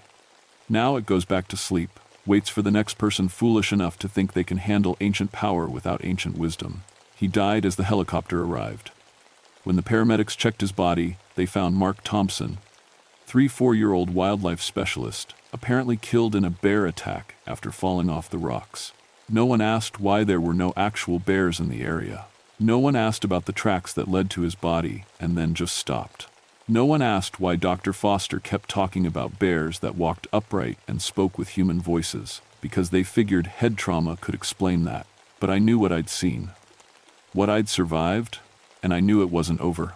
The official report said Mark Thompson died in an accidental fall while tracking a dangerous bear. Roberto Martinez was killed by the same animal, which was never found but presumed to have moved to another part of the island.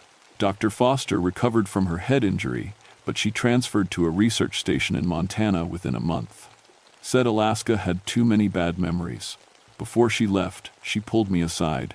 "That wasn't a bear," she said quietly. "Whatever killed Roberto, whatever Mark became, that wasn't natural." "No," I agreed. "It wasn't." "Are you going to report what really happened?"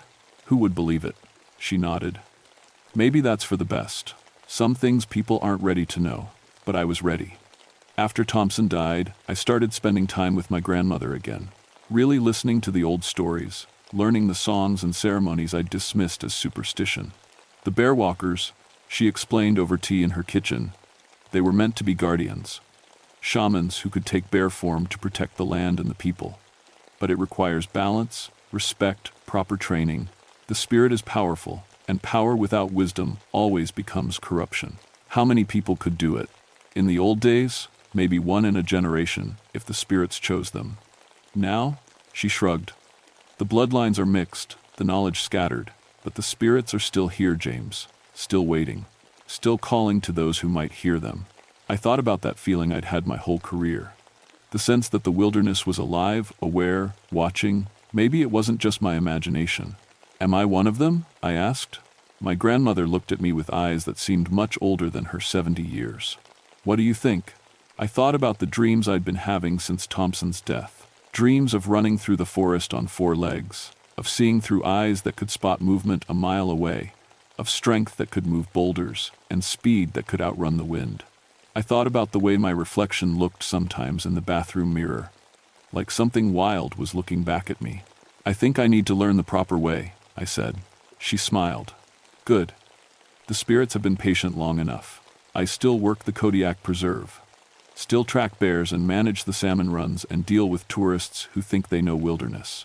But now I also study with my grandmother, learning the old songs and ceremonies, understanding the responsibilities that come with the gift.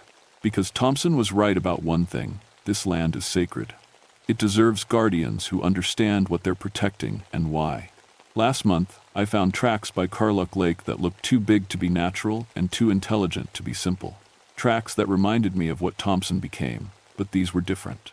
Controlled, careful. Someone else is learning to walk with the bear spirit. I hope they're doing it the right way. For their sake, and for everyone else who calls this wilderness home. Because if they're not, if anger and hunger guide them instead of wisdom and respect, then I'll have to stop them. The same way I stopped Thompson. That's what guardians do. Even the ones who aren't entirely human anymore. My name is Victoria Seastar, and I've been a park ranger at Glacier Bay for 13 years. Before that, I spent 8 years in the Coast Guard as a rescue swimmer. I've pulled more people out of these freezing waters than I care to count. I know every whale call, every tide pattern, every danger these waters can throw at you. I never believed in sea monsters, not until July 1985, when something sang 3 kayakers to their deaths. Glacier Bay is not like other national parks. You can't drive here. The only way in is by boat or plane, and we're 60 miles from the nearest road. It's a place where glaciers meet the sea, where ice has been melting for thousands of years. The water stays around 40 degrees even in summer. Fall in without a survival suit, and you have maybe 10 minutes before the cold kills you. The Tlingit people who lived here first told stories about something called Gunakadet, a sea creature that could take human form. I always figured they were just old tales, warnings to keep people safe around dangerous water. I should have listened. July in Alaska means almost 20 hours of daylight. The cruise ships come through daily, and kayakers love the calm water between the glaciers. That's when the humpback whales show up to feed. Their songs echo through the fjords like nothing you've ever heard. Deep, haunting calls that can travel for miles underwater. I was running my usual patrol in the park's Zodiac boat when I got the radio call. 3 kayakers were overdue. The Weatherbys and their guide, Jake Morrison, all experienced paddlers who knew these waters. They'd been heading toward the Marjorie Glacier to watch it calve. I found their kayaks first, floating empty near the glacier face. No sign of struggle, no damage. The paddles were still secured in the deck, rigging like they'd been carefully placed there. Then I found the bodies. They were floating face down about 50 yards apart, wearing their life jackets but not inflated. In 13 years of water rescue, I'd never seen anything like it. Drowning victims fight, they panic. They grab onto anything they can find. These 3 looked peaceful, like they'd just decided to take a nap in 38-degree water. Jake Morrison was 26 years old, a swimming instructor in the off-season. He could hold his breath for 3 minutes in warm water. The Weatherbys had been kayaking in Alaska for 5 years. They knew the rules. Always wear your life jacket, stay together, never go in the water without a survival suit. But there they were, dead in calm water on a clear day. Dr. Sarah Patterson, our marine biologist, came out to help with the investigation. She'd been studying humpback whale behavior in the bay for 2 years, recording their songs to track migration patterns. She was the one who noticed something strange about the water. "Listen," she said, dropping her underwater microphone over the side of my boat. The hydrophone picked up the usual sounds, water moving against ice, some distant whale calls, but there was something else mixed in, something that made the hair on my neck stand up. It sounded almost like singing. Whale songs have specific patterns, Sarah explained, adjusting the frequency controls. This is different. The harmonics are all wrong. It's like someone took a humpback call and mixed it with human vocals.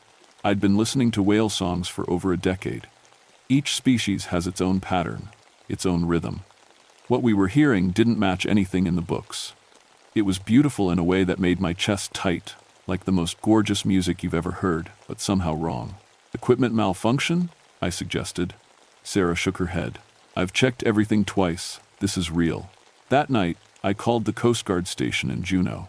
They'd handled the body recovery, and were writing it up as accidental drowning, probably hypothermia disorientation causing the kayakers to abandon their boats. Case closed. But I couldn't close it in my mind. I kept thinking about those peaceful faces, about the strange singing in the water, about how the humpback whales had suddenly stopped coming to their usual feeding ground near Marjorie Glacier. In 20 years on the water, I'd never seen whales abandon prime feeding territory for no reason. Something was wrong in Glacier Bay, something that made 40-foot whales afraid to sing. 3 days after we found the bodies, the whale-watching tours started reporting problems. Captain Williams, who'd been running boats in these waters for 15 years, radioed in around noon.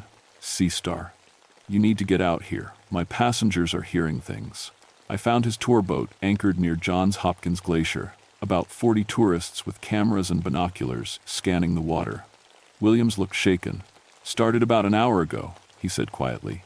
"We were waiting for whales when people began hearing voices. Singing, coming from the direction of the glacier." A woman from Seattle grabbed my arm. "Ranger, there's someone in the water. A woman, I think. We've been trying to spot her for 20 minutes. I raised my binoculars and scanned the area. The water was empty, except for small icebergs and the occasional seal. But as I watched, I heard it too. That same haunting melody Sarah had picked up on her hydrophone, but clearer now. It sounded like a woman singing in a language I didn't recognize, her voice carrying impossible distances across the water. "Everyone stay on the boat," I ordered Williams. "Radio the Coast Guard. Tell them we have a possible person in the water." I suited up and took my Zodiac toward the sound.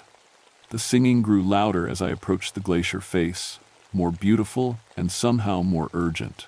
Every instinct I'd developed in 8 years of rescue work was screaming at me to find the singer, to save her from the deadly cold water. That's when I saw her. A woman was swimming about 200 yards from the glacier, her dark hair floating around her shoulders. She was treading water like it was a warm lake instead of liquid that would kill most people in minutes. As I watched, she dove beneath the surface with the fluid grace of a seal. I gunned the Zodiac toward her position, but when I arrived, she was gone. The singing had stopped. The water showed no sign that anyone had been there. "Coast Guard, this is Ranger Seastar," I radioed. "I need a helicopter search of the Johns Hopkins area. We have a possible swimmer in distress." The helicopter found nothing. No heat signature, no debris, no sign of human presence. The singing had stopped completely, but the tourists swore they'd heard it for almost an hour. That evening, Sarah met me at the ranger station with her recording equipment. Her hands were shaking as she set up the playback device. "I've been analyzing the audio from this afternoon," she said. "Victoria, this isn't whale song. It's not human either, but it's not whales. Look at this frequency analysis." The screen showed sound waves that pulsed in patterns I'd never seen. Normal humpback songs register between 20 and 4,000 hertzes. This recording showed frequencies both below and above that range. Sounds too low for humans to hear mixed with notes so high they should have been painful. "There's more," Sarah said, her voice barely above a whisper. "I've been going through my recordings from the past month. This sound has been getting stronger. It started right around the time whale activity dropped off." She played another recording, this one from 2 weeks earlier. The same impossible song was there, but fainter, layered beneath normal whale calls like a whisper under conversation. "It's learning," she said. "Whatever this is, it's been studying the whale songs and adapting them." I thought about the woman I'd seen swimming, about how she disappeared the moment I got close. About 3 experienced kayakers found dead in calm water with expressions of perfect peace. "Sarah, I want you to stay away from the water for a while." "What? Why?" This could be the discovery of a lifetime. A completely unknown marine species with vocal abilities we've never documented. Those 3 kayakers died hearing something beautiful. I'm not losing anyone else. But Sarah was already obsessed.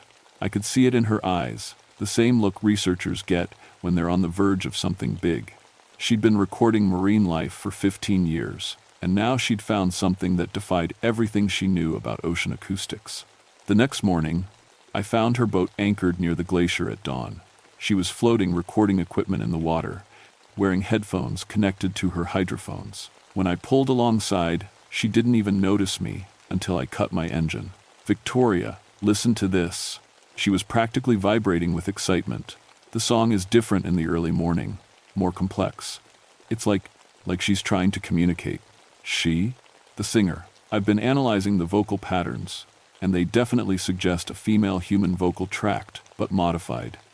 Extended lung capacity, different resonance chambers. It's impossible, but the data doesn't lie." As if summoned by our conversation, the singing started again. Even through Sarah's headphones, I could hear it clearly.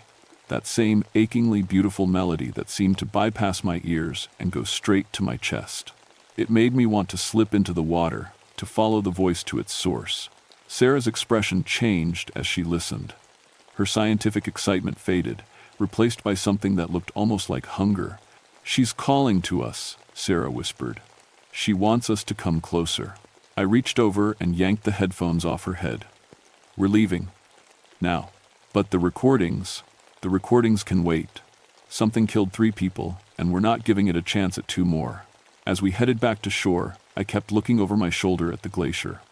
For just a moment, I thought I saw her again. That dark-haired woman swimming impossibly far from shore. She was watching us leave, and I swear she looked disappointed.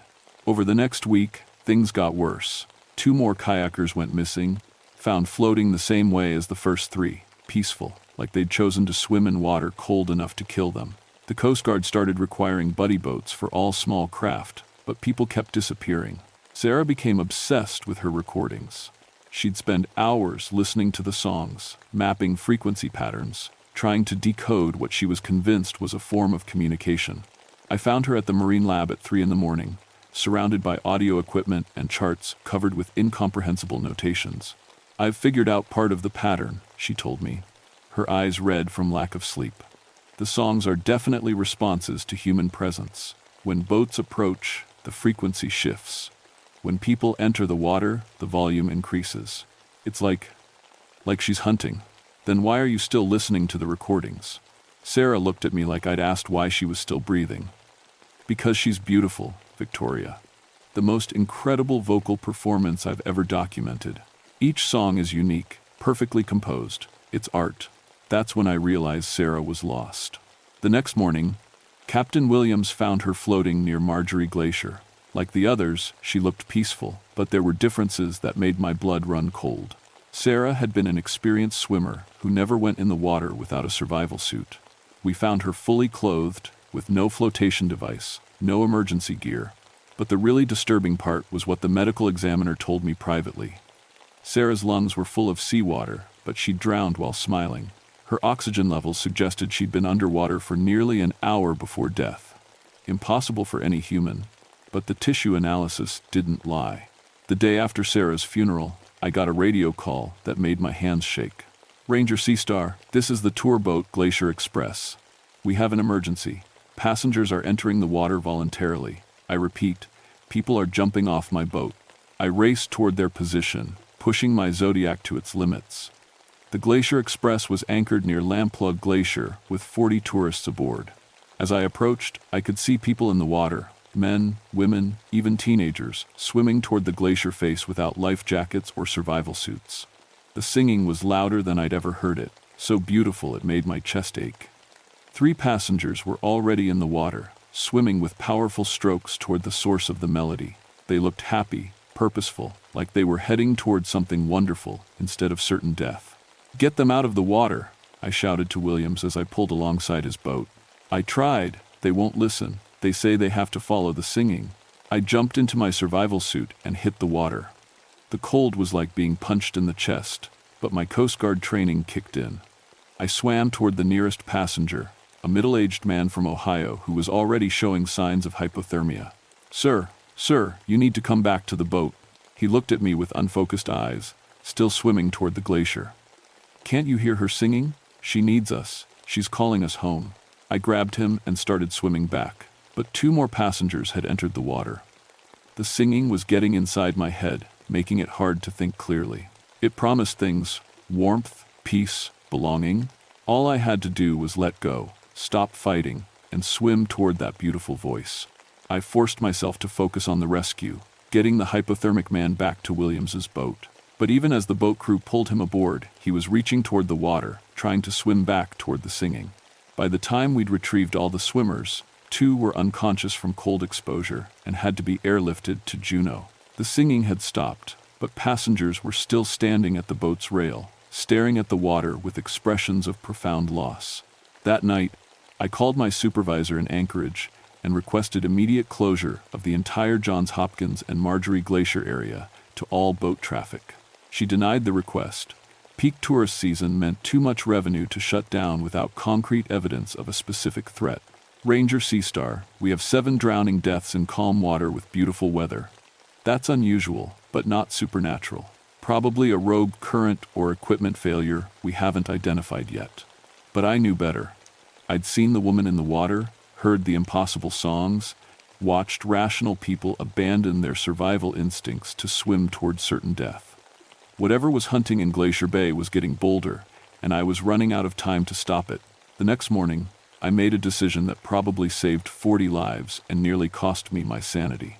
I loaded my boat with underwater explosives, the kind we used for clearing ice jams that threatened the glaciers. If sound was this creature's weapon, I was going to fight back with sound of my own. The plan was simple: get close enough to record the creature's true location, then trigger enough underwater explosions to either drive it away or kill it outright. What I didn't expect was to finally see what we were really dealing with. As I approached the glacier face where the singing was strongest, she emerged from the water near the ice wall. At first glance, she looked like a beautiful woman with long dark hair and pale skin. But as she pulled herself onto an ice floe, I saw the rest. Her body was wrong, too long. What I'd thought was a woman treading water was actually something with the torso of a human attached to a serpentine body that stretched back into the depths. She was massive, 40 feet at least, with scales that shifted color like sunlight on water. When she saw my boat, she smiled, and I heard her voice clearly for the first time without recording equipment. It was the most beautiful sound I'd ever experienced, like every love song and lullaby combined with the call of whales. She was singing my name, telling me to come closer, promising me wonders beneath the ice. For a moment, I almost did it. My hand moved toward the boat controls, ready to drive straight into those freezing waters. Then I saw Sarah's face among the ice, still smiling as fish fed on her frozen body. I triggered the explosives. The underwater charges detonated in sequence, each explosion sending shockwaves through the fjord. The creature's song cut off instantly, replaced by an inhuman shriek that shattered ice for half a mile. She dove beneath the surface, her massive body creating waves that rocked my boat violently. But the explosions had done more than just hurt her. They'd triggered a massive ice calving from Marjorie Glacier. Tons of ancient ice began breaking away from the glacier face in chunks the size of buildings. The creature was caught between my explosives and the falling ice, trapped in the shallows where she'd been hunting. She surfaced again, this time not bothering with her human disguise. Her real face was beautiful and terrible. Human features stretched over an inhuman skull, with eyes like black water and teeth that belonged in the deep ocean. When she opened her mouth, I could see rows of them, designed for holding struggling prey. "You don't understand," she said, her voice carrying clearly across the water despite the crashing ice. "I've been alone in these waters for centuries. The whales sang to me, but they couldn't understand. When your kind came with your boats and your voices, I finally found something that could sing back." More ice fell, each chunk creating explosions of spray and foam. She was bleeding now. The explosives had torn gashes in her serpentine body, and the falling ice was driving her toward even shallower water. "The drowning ones," she continued, her voice becoming more desperate, less hypnotically beautiful. "They heard my true song. In their final moments, they understood what I was offering. Peace, belonging, an end to the loneliness of surface life." I understood then what Sarah had discovered in her research. This creature wasn't just killing randomly, she was converting her victims somehow, making them part of her song. The peaceful expressions on their faces hadn't been the result of hypothermia. They died happy because she'd convinced them they were going home. "How many others are there?" I shouted over the sound of calving ice. "How many like you?" She laughed, a sound like water cascading over stones. "In every deep place, Ranger, in every ocean trench and underwater canyon. Your kind builds cities beside the water and never wonders what might be looking up from the depths." A house-sized chunk of glacier crashed into the water between us, the impact sending the creature tumbling through the shallows. She tried to sing again, but her voice was weaker now, interrupted by pain and the constant thunder of falling ice. I could have left then, should have left. But she'd killed Sarah, killed 8 other people, and would keep killing until someone stopped her. I pulled my boat closer, staying just out of reach of her thrashing tail. "The Tlingit people knew about you," I called out. "They had ways to keep you away from their hunting grounds." "The old ones understood the boundaries," she agreed, her beautiful face twisted with pain and rage. "They respected the deep places, offered gifts to keep the peace. Your people take everything, give nothing. You send your young ones into my territory with no protection, no wisdom." She was right about that. We'd ignored the traditional warnings, treated the old stories as primitive superstition. The Tlingit had lived beside these waters for thousands of years without losing people to impossible drownings. "Teach me," I said. "Tell me how to keep my people safe, and I'll stop the explosions." For a moment, she considered it. Then another massive ice fall crashed into the water, and she screamed in genuine agony. The falling glacier had pinned part of her tail against the rocky bottom, and dark blood was spreading through the water. "Too late," she gasped. "The ice has decided." But remember this, Ranger. When your tourists come singing in my waters, when they call to the depths with their music and their laughter, something will always answer. If not me, then another. We are patient, we are hungry, and we have been here much longer than your kind. The final icefall was the largest yet, a section of glacier face the size of a city block that hit the water with a sound like thunder.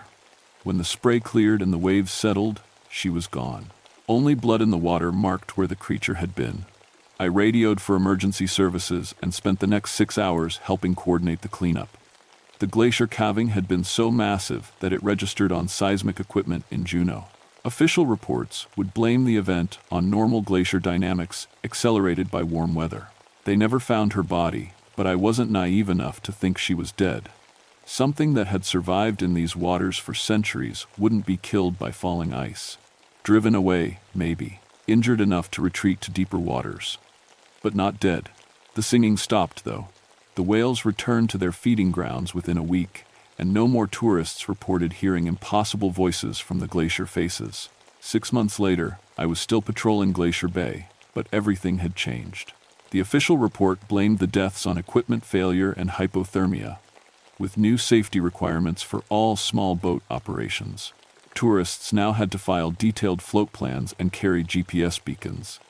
The areas where the drownings occurred were marked as extreme hazard zones with restricted access. It should have felt like victory, but it didn't. I'd started studying Tlingit maritime traditions, learning from tribal elders about the old ways of respecting the water. They weren't surprised when I told them what I'd encountered. Their stories had been warning about creatures like her for generations. Gunakadate, old Joe Marks told me over coffee in Huna. Sea wolf, some call it, takes different forms but always beautiful, always hungry. Your people, you see pretty woman in the water, you want to save her. Our people, we know to stay in the boat. He taught me about protection rituals, specific songs to sing when traveling dangerous waters, offerings to leave on shore, ways to recognize when something unnatural was hunting. I started carrying traditional amulets on my patrols, teaching other rangers about the warning signs we'd missed. Dr. Patterson's research notes became classified at my request. Her recordings of the creature's songs were stored in a federal vault, marked too dangerous for civilian study. I'd listen to them once more before sealing them away, and even knowing what they were, I'd felt the pull toward the water. Some knowledge was too dangerous to share. The nightmares took months to fade. I'd dream about swimming toward that beautiful voice, about Sarah's peaceful face beneath the ice, about tourists jumping from boats to answer an inhuman call. In the dreams, I always followed the singing. In real life, I'd wake up walking toward the shore, my feet bare and my clothes soaked with dew. Winter came early that year, freezing the bay solid for the first time in decades. The ice was so thick that even the Coast Guard icebreakers couldn't maintain shipping channels. Local Tlingit elders said it was a good sign. The water was healing itself, building barriers against what lived in the depths. When the ice finally broke up in late spring, I was the first ranger back on patrol. The whales had returned in record numbers, their songs filling the water with familiar, comfortable music. Tourist boats reported normal operations, normal wildlife sightings, normal safety conditions, but I never stopped listening. On calm days, when the wind died and the water turned glassy, I'd sometimes hear echoes from the deep places. Not the creature's hypnotic singing, something else. Calls and responses between things that should not exist, conversations held in frequencies too low for human ears. She'd been right about one thing, there were others. 3 years later, I got a call from a park ranger in Olympic National Park. Strange drownings along the coast, experienced swimmers found floating peacefully in impossible conditions. The local Coast Guard was baffled. Marine biologists were picking up unusual songs on their underwater equipment. I packed my gear and requested transfer to Washington State, because I'd learned something important in Glacier Bay. When something that shouldn't exist starts hunting in our waters, we need people who understand the danger. We need rangers who know the difference between whale song and something older, hungrier, and far more patient. The old stories exist for a reason. The traditional warnings were written in blood and loss, and somewhere in the deep places of every ocean, beautiful voices are still singing, still calling our people home to the depths. If you ever hear singing from dark water, remember what happened in Glacier Bay. Don't investigate, don't try to rescue the singer. Get to shore immediately and stay there until the sun comes up. Because some music is meant to be your last song. And in the deep places, something is always listening for voices to join the choir. My name is Alexander Northwind, and I've been a park ranger in Alaska for 20 years. Before that, I spent 8 years in the Air Force as a meteorologist, watching weather patterns and predicting storms. Now, I work at Chena River State Recreation Area, about 60 miles from Fairbanks, where folks come to see the northern lights. People call me Alex. I'm 44 years old, and I know these woods like the back of my hand. More importantly, I know the aurora. That's what we call the northern lights up here. For 2 decades, I've been taking tourists out to the best viewing spots, explaining how solar particles hit our atmosphere and create those dancing green curtains in the sky. I used to think it was all science. Solar wind, magnetic fields, atmospheric chemistry. I could predict when the lights would show up and how bright they'd be. Had all the equipment too, magnetometers, solar wind monitors, even special cameras that could photograph aurora patterns invisible to the naked eye. The Chena Hot Springs area where I work is perfect for aurora watching. We're far enough from Fairbanks that there's almost no light pollution, and the aurora shows up here over 200 nights a year. During winter, temperatures can drop to 50 below zero, but tourists don't mind. They come from all over the world to see those lights dance across the sky. I've got a small cabin near the Hot Springs Resort, and my job is to keep people safe while they chase their Northern Lights dreams. Winter rescue certification, emergency communications, the whole deal. I've pulled frostbitten photographers out of snowdrifts and guided lost tourists back to warmth more times than I can count. The indigenous Athabascan people who've lived here for thousands of years, they've got different stories about the aurora. Old legends about spirits that travel within the northern lights, dancing souls of the dead, warnings about lights that come too close to the ground. I always smiled politely when the elders shared those stories with visiting tourists. Interesting folklore, I'd think. Good for the tourist experience. But I was a man of science. I knew what aurora really was. That changed in March of 1979. It was equinox season, when aurora activity hits its peak. The solar wind data looked perfect, strong but not dangerous. I had a small group of tourists staying at the resort, including 3 college students from California who'd never seen snow before, let alone northern lights. The first sign something was wrong came 2 nights before the incident. I was checking my magnetometer readings when I noticed something odd. The aurora was appearing in patterns that didn't match the solar wind activity. Not just different, completely backwards from what should have been happening. My radio equipment started acting up too. During aurora displays, instead of the normal static you get from electromagnetic interference, I was hearing something that almost sounded like whispering. Faint, but definitely there. I convinced myself it was equipment malfunction. Electromagnetic fields can do strange things to electronics. But then I started noticing the animals. Normally, caribou and even wolves barely react to aurora displays. That week, every animal in the area seemed to avoid places where the lights appeared strongest. The 3 California students, Sarah, Mike, and Jessica, were eager to get the perfect aurora photos. They'd brought expensive cameras and were planning to stay up all night on March 15th, when I'd predicted the strongest display. I remember warning them about staying warm, about not wandering away from the heated viewing shelter I'd set up near the hot springs. Standard safety speech. Stay together, keep the shelter in sight, don't let excitement make you stupid. They nodded and smiled, checking their camera equipment and thermal gear.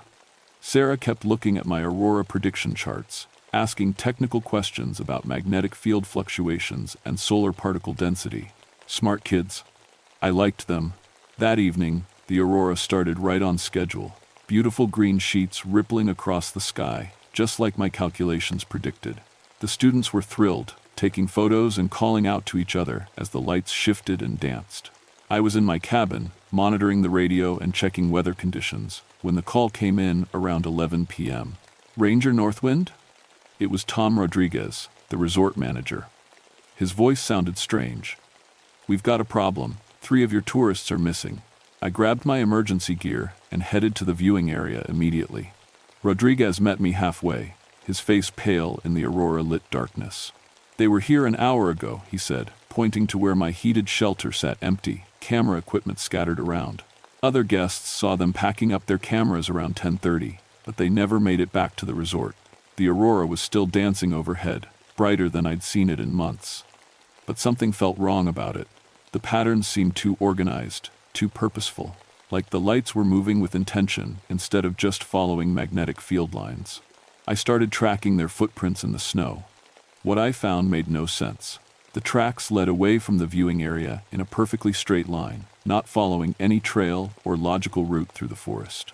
3 sets of boot prints, walking single file, heading directly into dense woods where no sane person would go at night in sub-zero temperatures. I followed the tracks for over a mile. They never deviated. No signs of stumbling or confusion, no indication the 3 students had stopped to rest or check their direction. Just a straight line through trees and over hills, like they knew exactly where they were going. My radio crackled. "Alex, you out there?" Rodriguez's voice was tight with worry. "Following their tracks," I replied. "Something's not right. These prints look like they were sleepwalking." "How far?" I checked my GPS. "Almost 2 miles now, still going straight." I paused, studying the snow ahead of me. "Tom, this doesn't make sense. They'd need GPS equipment and perfect visibility to maintain this kind of direction in the dark." "Aurora's getting brighter," he said. "Some guests are saying they can see figures in the lights." I looked up. The aurora was unusually low, almost touching the treetops, and there was something in the shifting green glow that looked almost human-shaped. "Tricks of the eye," I told myself. "Pareidolia, the brain's tendency to see patterns where none exist." But then my magnetometer started going crazy. The readings showed electromagnetic field fluctuations unlike anything I'd ever recorded. The aurora was generating impossible energy signatures, as if something was actively controlling the magnetic fields instead of just following them. I kept following the tracks. 3 miles, 4 miles. The students' footprints never wavered from that arrow-straight line, even when it led them over fallen logs and through thick underbrush that should have forced them to navigate around obstacles. At the 5-mile mark, I found something that made me stop cold. Sarah's expensive camera was hanging from a tree branch 30 feet off the ground, not dropped and then blown up by wind. Deliberately placed, lens cap carefully removed, camera turned on and pointing back along the trail I'd just followed. I managed to get the camera down using my emergency rope. When I checked the last photos, my hands started shaking. The images showed the 3 students walking through the forest. But they weren't alone. Humanoid figures made of shifting aurora light were walking alongside them, sometimes in front, leading the way. The figures were tall, graceful, and clearly visible in the camera's display, but I knew I wouldn't have been able to see them with my naked eyes. In the final photo, taken just before the camera was placed in the tree, Sarah was looking directly into the lens.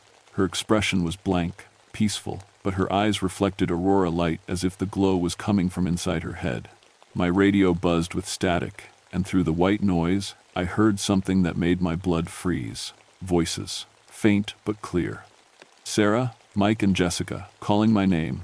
"Alex, Alex, come see. The lights are so beautiful." The voices seemed to be coming from above me. I looked up at the aurora, now so low I could almost reach the bottom edge, and saw them. 3 human figures, translucent and glowing, floating within the aurora itself 50 feet above the treetops. They were waving at me.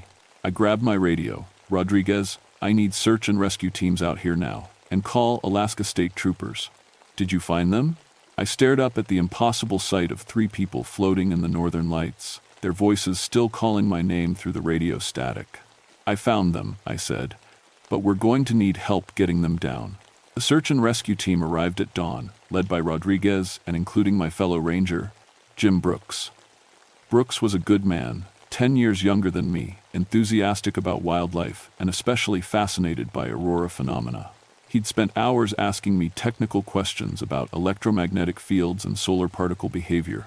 When I tried to explain what I'd seen, Brooks looked at me like I'd been drinking. "People floating in the aurora," he said.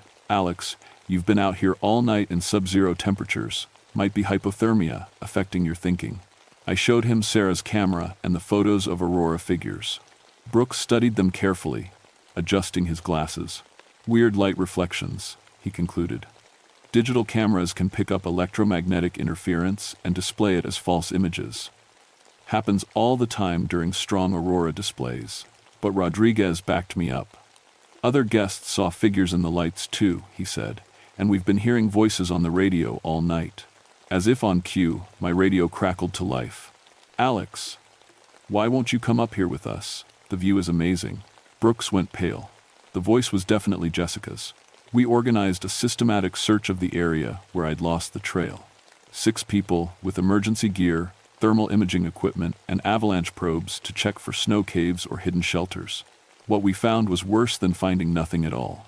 At the 8-mile mark, Mike's winter jacket was spread across the top of a 60-foot pine tree like a flag. The thermal imaging showed it was still warm. Not just warm, hot, as if Mike had been wearing it minutes before. Jessica's boots were found at the 10-mile mark, placed neatly on a fallen log, still warm inside, no footprints leading away from them. Brooks was getting excited instead of scared.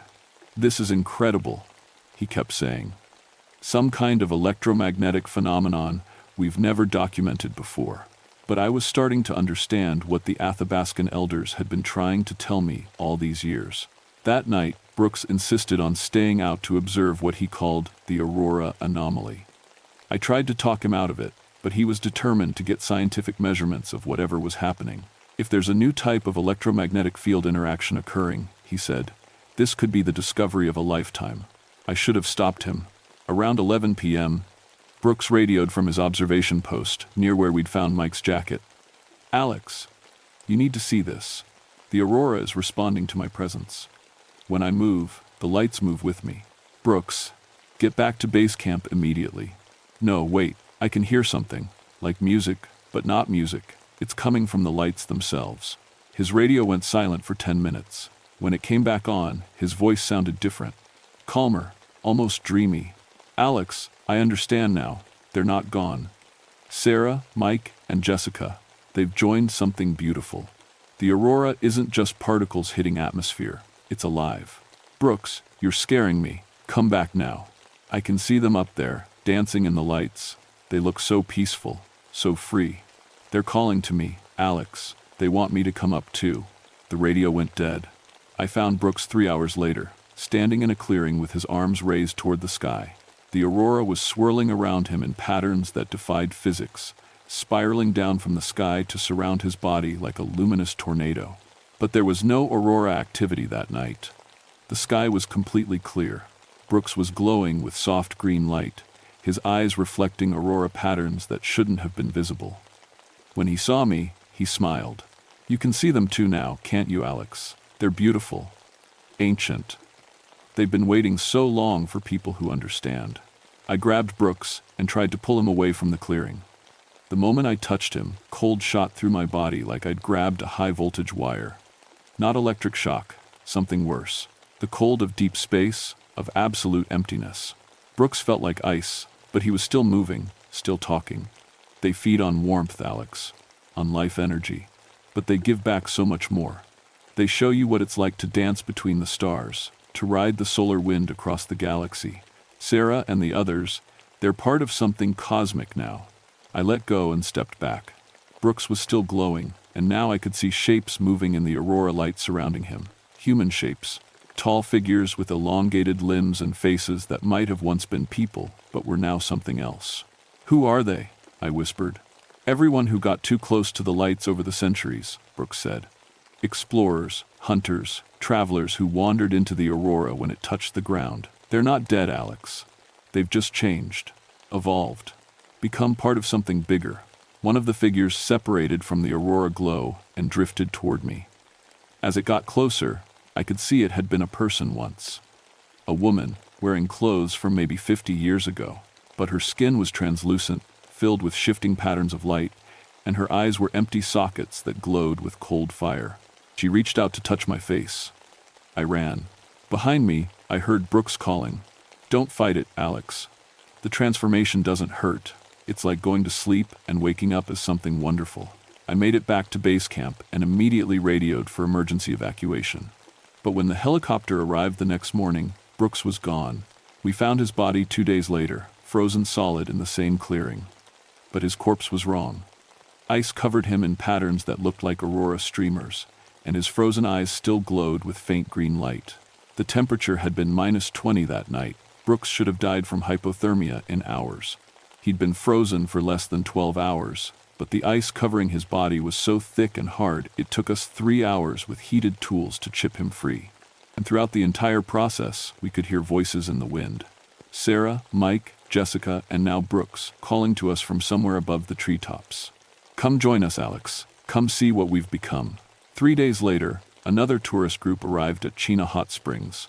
A family from Germany, parents, and 2 teenage kids who'd saved for years to see the Northern Lights. I tried to get them to postpone their visit, but the resort management overruled me. "We can't cancel bookings based on hallucinations," the owner said. Brooks had an accident, happens sometimes in extreme cold. I knew better, but I also knew no one would believe me without proof, so I prepared. I studied everything I could find about Athabascan aurora legends, reached out to tribal elders who'd grown up hearing warnings about lights that hunted. What I learned terrified me. The stories went back centuries. Spirits of those who died in the Arctic cold, trapped between life and death, feeding on the warmth of the living. They traveled within the aurora, using the electromagnetic fields as highways between the physical world and whatever lay beyond. The Athabascan called them hungry lights, beings that appeared human but were really predators that drained life energy through touch. They could only fully manifest during strong aurora displays, when the electromagnetic field was powerful enough to bridge the gap between dimensions. Most importantly, the elders knew how to fight them. I spent the day before the German family's aurora viewing trip, gathering traditional materials, sage, sweetgrass, and specific roots that could be burned to create protective smoke. The elders had also told me that intense heat, fire, emergency flares, anything that generated more thermal energy than the entities could drain, would disrupt their manifestation. That night, I loaded my pack with every heat source I could find. Emergency flares, chemical heating pads, even a small camping stove fueled with propane. The German family, Klaus, Greta, and their 2 sons, met me at the viewing area around 9 p.m. The aurora forecast showed moderate activity, nothing special. But I could feel them waiting. The first aurora streamers appeared right on schedule, beautiful green curtains dancing across the northern horizon. The family was delighted, taking photos and speaking rapid German as they pointed at different formations. Then the lights began moving closer. What started as distant aurora slowly descended toward the treetops. The family didn't notice at first. Aurora can appear to change altitude due to atmospheric perspective. But I was watching my magnetometer, and the readings were going insane. "Mein Gott," Klaus whispered, pointing upward. "Do you see that?" Figures were forming in the aurora bands, humanoid shapes that seemed to be swimming through the lights like fish through water. Sarah, Mike, Jessica, and Brooks were clearly visible, along with dozens of others, people from different time periods, wearing clothing from across the past century. "Beautiful," Greta breathed, "like angels." The German teenagers, Hans and Eric, started walking toward the tree line where the aurora was touching down. They moved with the same purposeful, trance-like gait I'd seen in Sarah's camera photos. "Stop!" I shouted, grabbing both boys. The moment I touched them, I felt that terrible cold beginning to seep into their bodies. Their eyes were already starting to reflect aurora light. I pulled emergency flares from my pack and ignited 2 of them simultaneously. The intense red light and heat seemed to break whatever spell was affecting the teenagers. They stumbled backward, blinking in confusion. "What happened?" Hans asked in accented English. I felt like I was dreaming, but the aurora entities were adapting. Instead of approaching slowly, they began descending rapidly, surrounding our group in a cage of electromagnetic energy. The temperature plummeted from -10 to -60 in seconds. Klaus and Greta screamed as frost formed on their exposed skin. The aurora wraiths were feeding, draining thermal energy from everything around us. I ignited more flares and handed heating pads to the family. "Don't let the lights touch you," I shouted over a howling wind that had appeared from nowhere.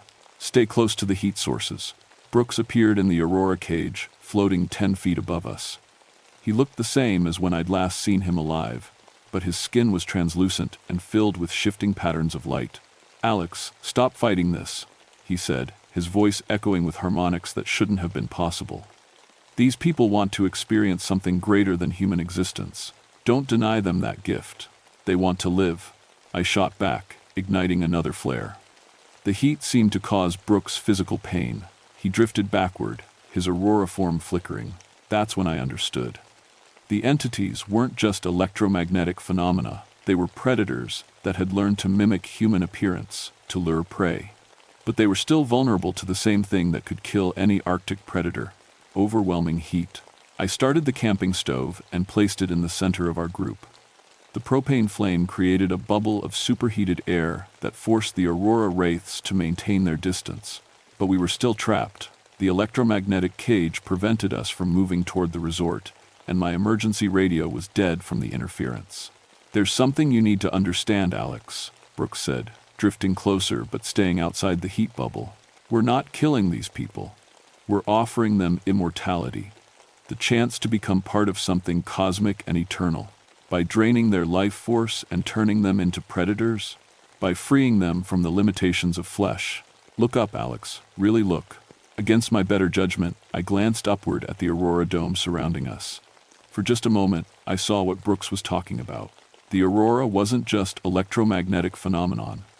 It was a window into something vast and ancient, a realm where consciousness could exist without physical form, where human spirits could travel between stars on solar winds. It was beautiful, tempting. I felt myself taking a step away from the camping stove, drawn toward that cosmic dance. The German family was moving with me, their faces filled with wonder as they reached toward the descending lights. Then I remembered Brooks's frozen corpse, Sarah, Mike, and Jessica, calling my name from 50 feet above the forest, the terror in their voices when they'd begged me to join them. Whatever these entities were offering, the cost was too high. I grabbed the last of my emergency flares, the big ones designed for helicopter rescue, and ignited all 6 simultaneously. The combined heat and light created a thermal explosion that shattered the aurora cage like glass. The wraiths screamed, a sound like electromagnetic feedback amplified to impossible volume.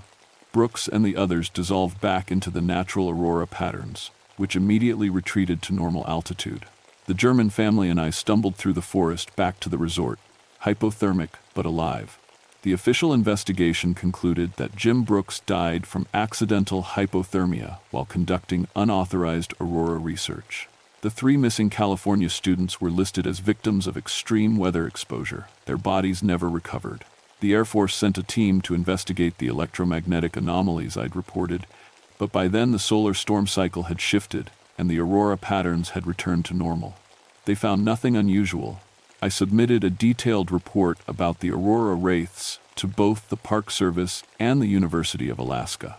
It was quietly filed under environmental stress reaction, and I was required to take a psychological evaluation before returning to duty. But word spread among the indigenous communities.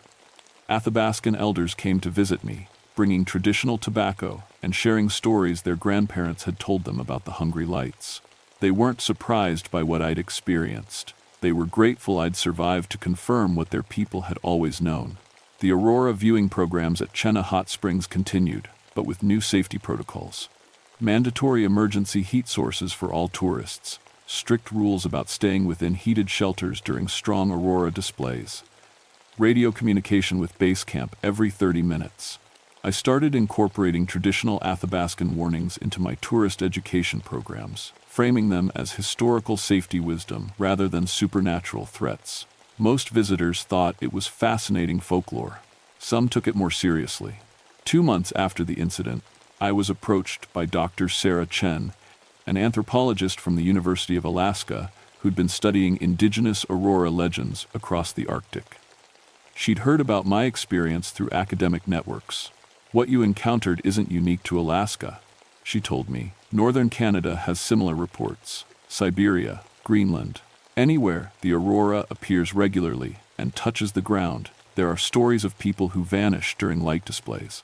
She showed me research documenting unexplained disappearances across the Arctic Circle, always during peak aurora activity. Patterns that suggested something had been hunting in the northern lights for centuries. The electromagnetic fields generated by aurora activity create unique conditions, Dr. Chen explained. If consciousness can exist as organized energy patterns, aurora phenomena would provide the perfect medium for non-physical entities to manifest. I told her about the traditional protection methods the Athabascan elders had taught me. She was especially interested in the smoke offerings, sage and sweetgrass burned during aurora viewing. The Inuit have similar traditions, she said, burning specific plants to create spirit barriers during Northern Lights displays. There might be scientific basis for it. Certain organic compounds, when burned, could interfere with electromagnetic field organization. I kept working as a ranger, but my relationship with the aurora had changed forever. What used to be predictable natural phenomena now felt like looking into an alien ecosystem where human consciousness could become prey. During strong aurora displays, I still took tourists out to viewing areas. But now I carried traditional burning materials, along with my scientific equipment. Most importantly, I listened when the aurora patterns seemed too organized, too purposeful. Because on clear nights, when the lights dance especially low across the forest canopy, I can still hear them calling. Sarah, Mike, Jessica, and Brooks. Their voices carried on electromagnetic winds from somewhere beyond normal space and time. They sound happy, peaceful, free from the limitations of physical existence. But they're still hungry. And sometimes, when tourists get too fascinated by unusually beautiful aurora displays, I see that familiar trance-like expression beginning to form on their faces. The blank stare that says something else is taking control.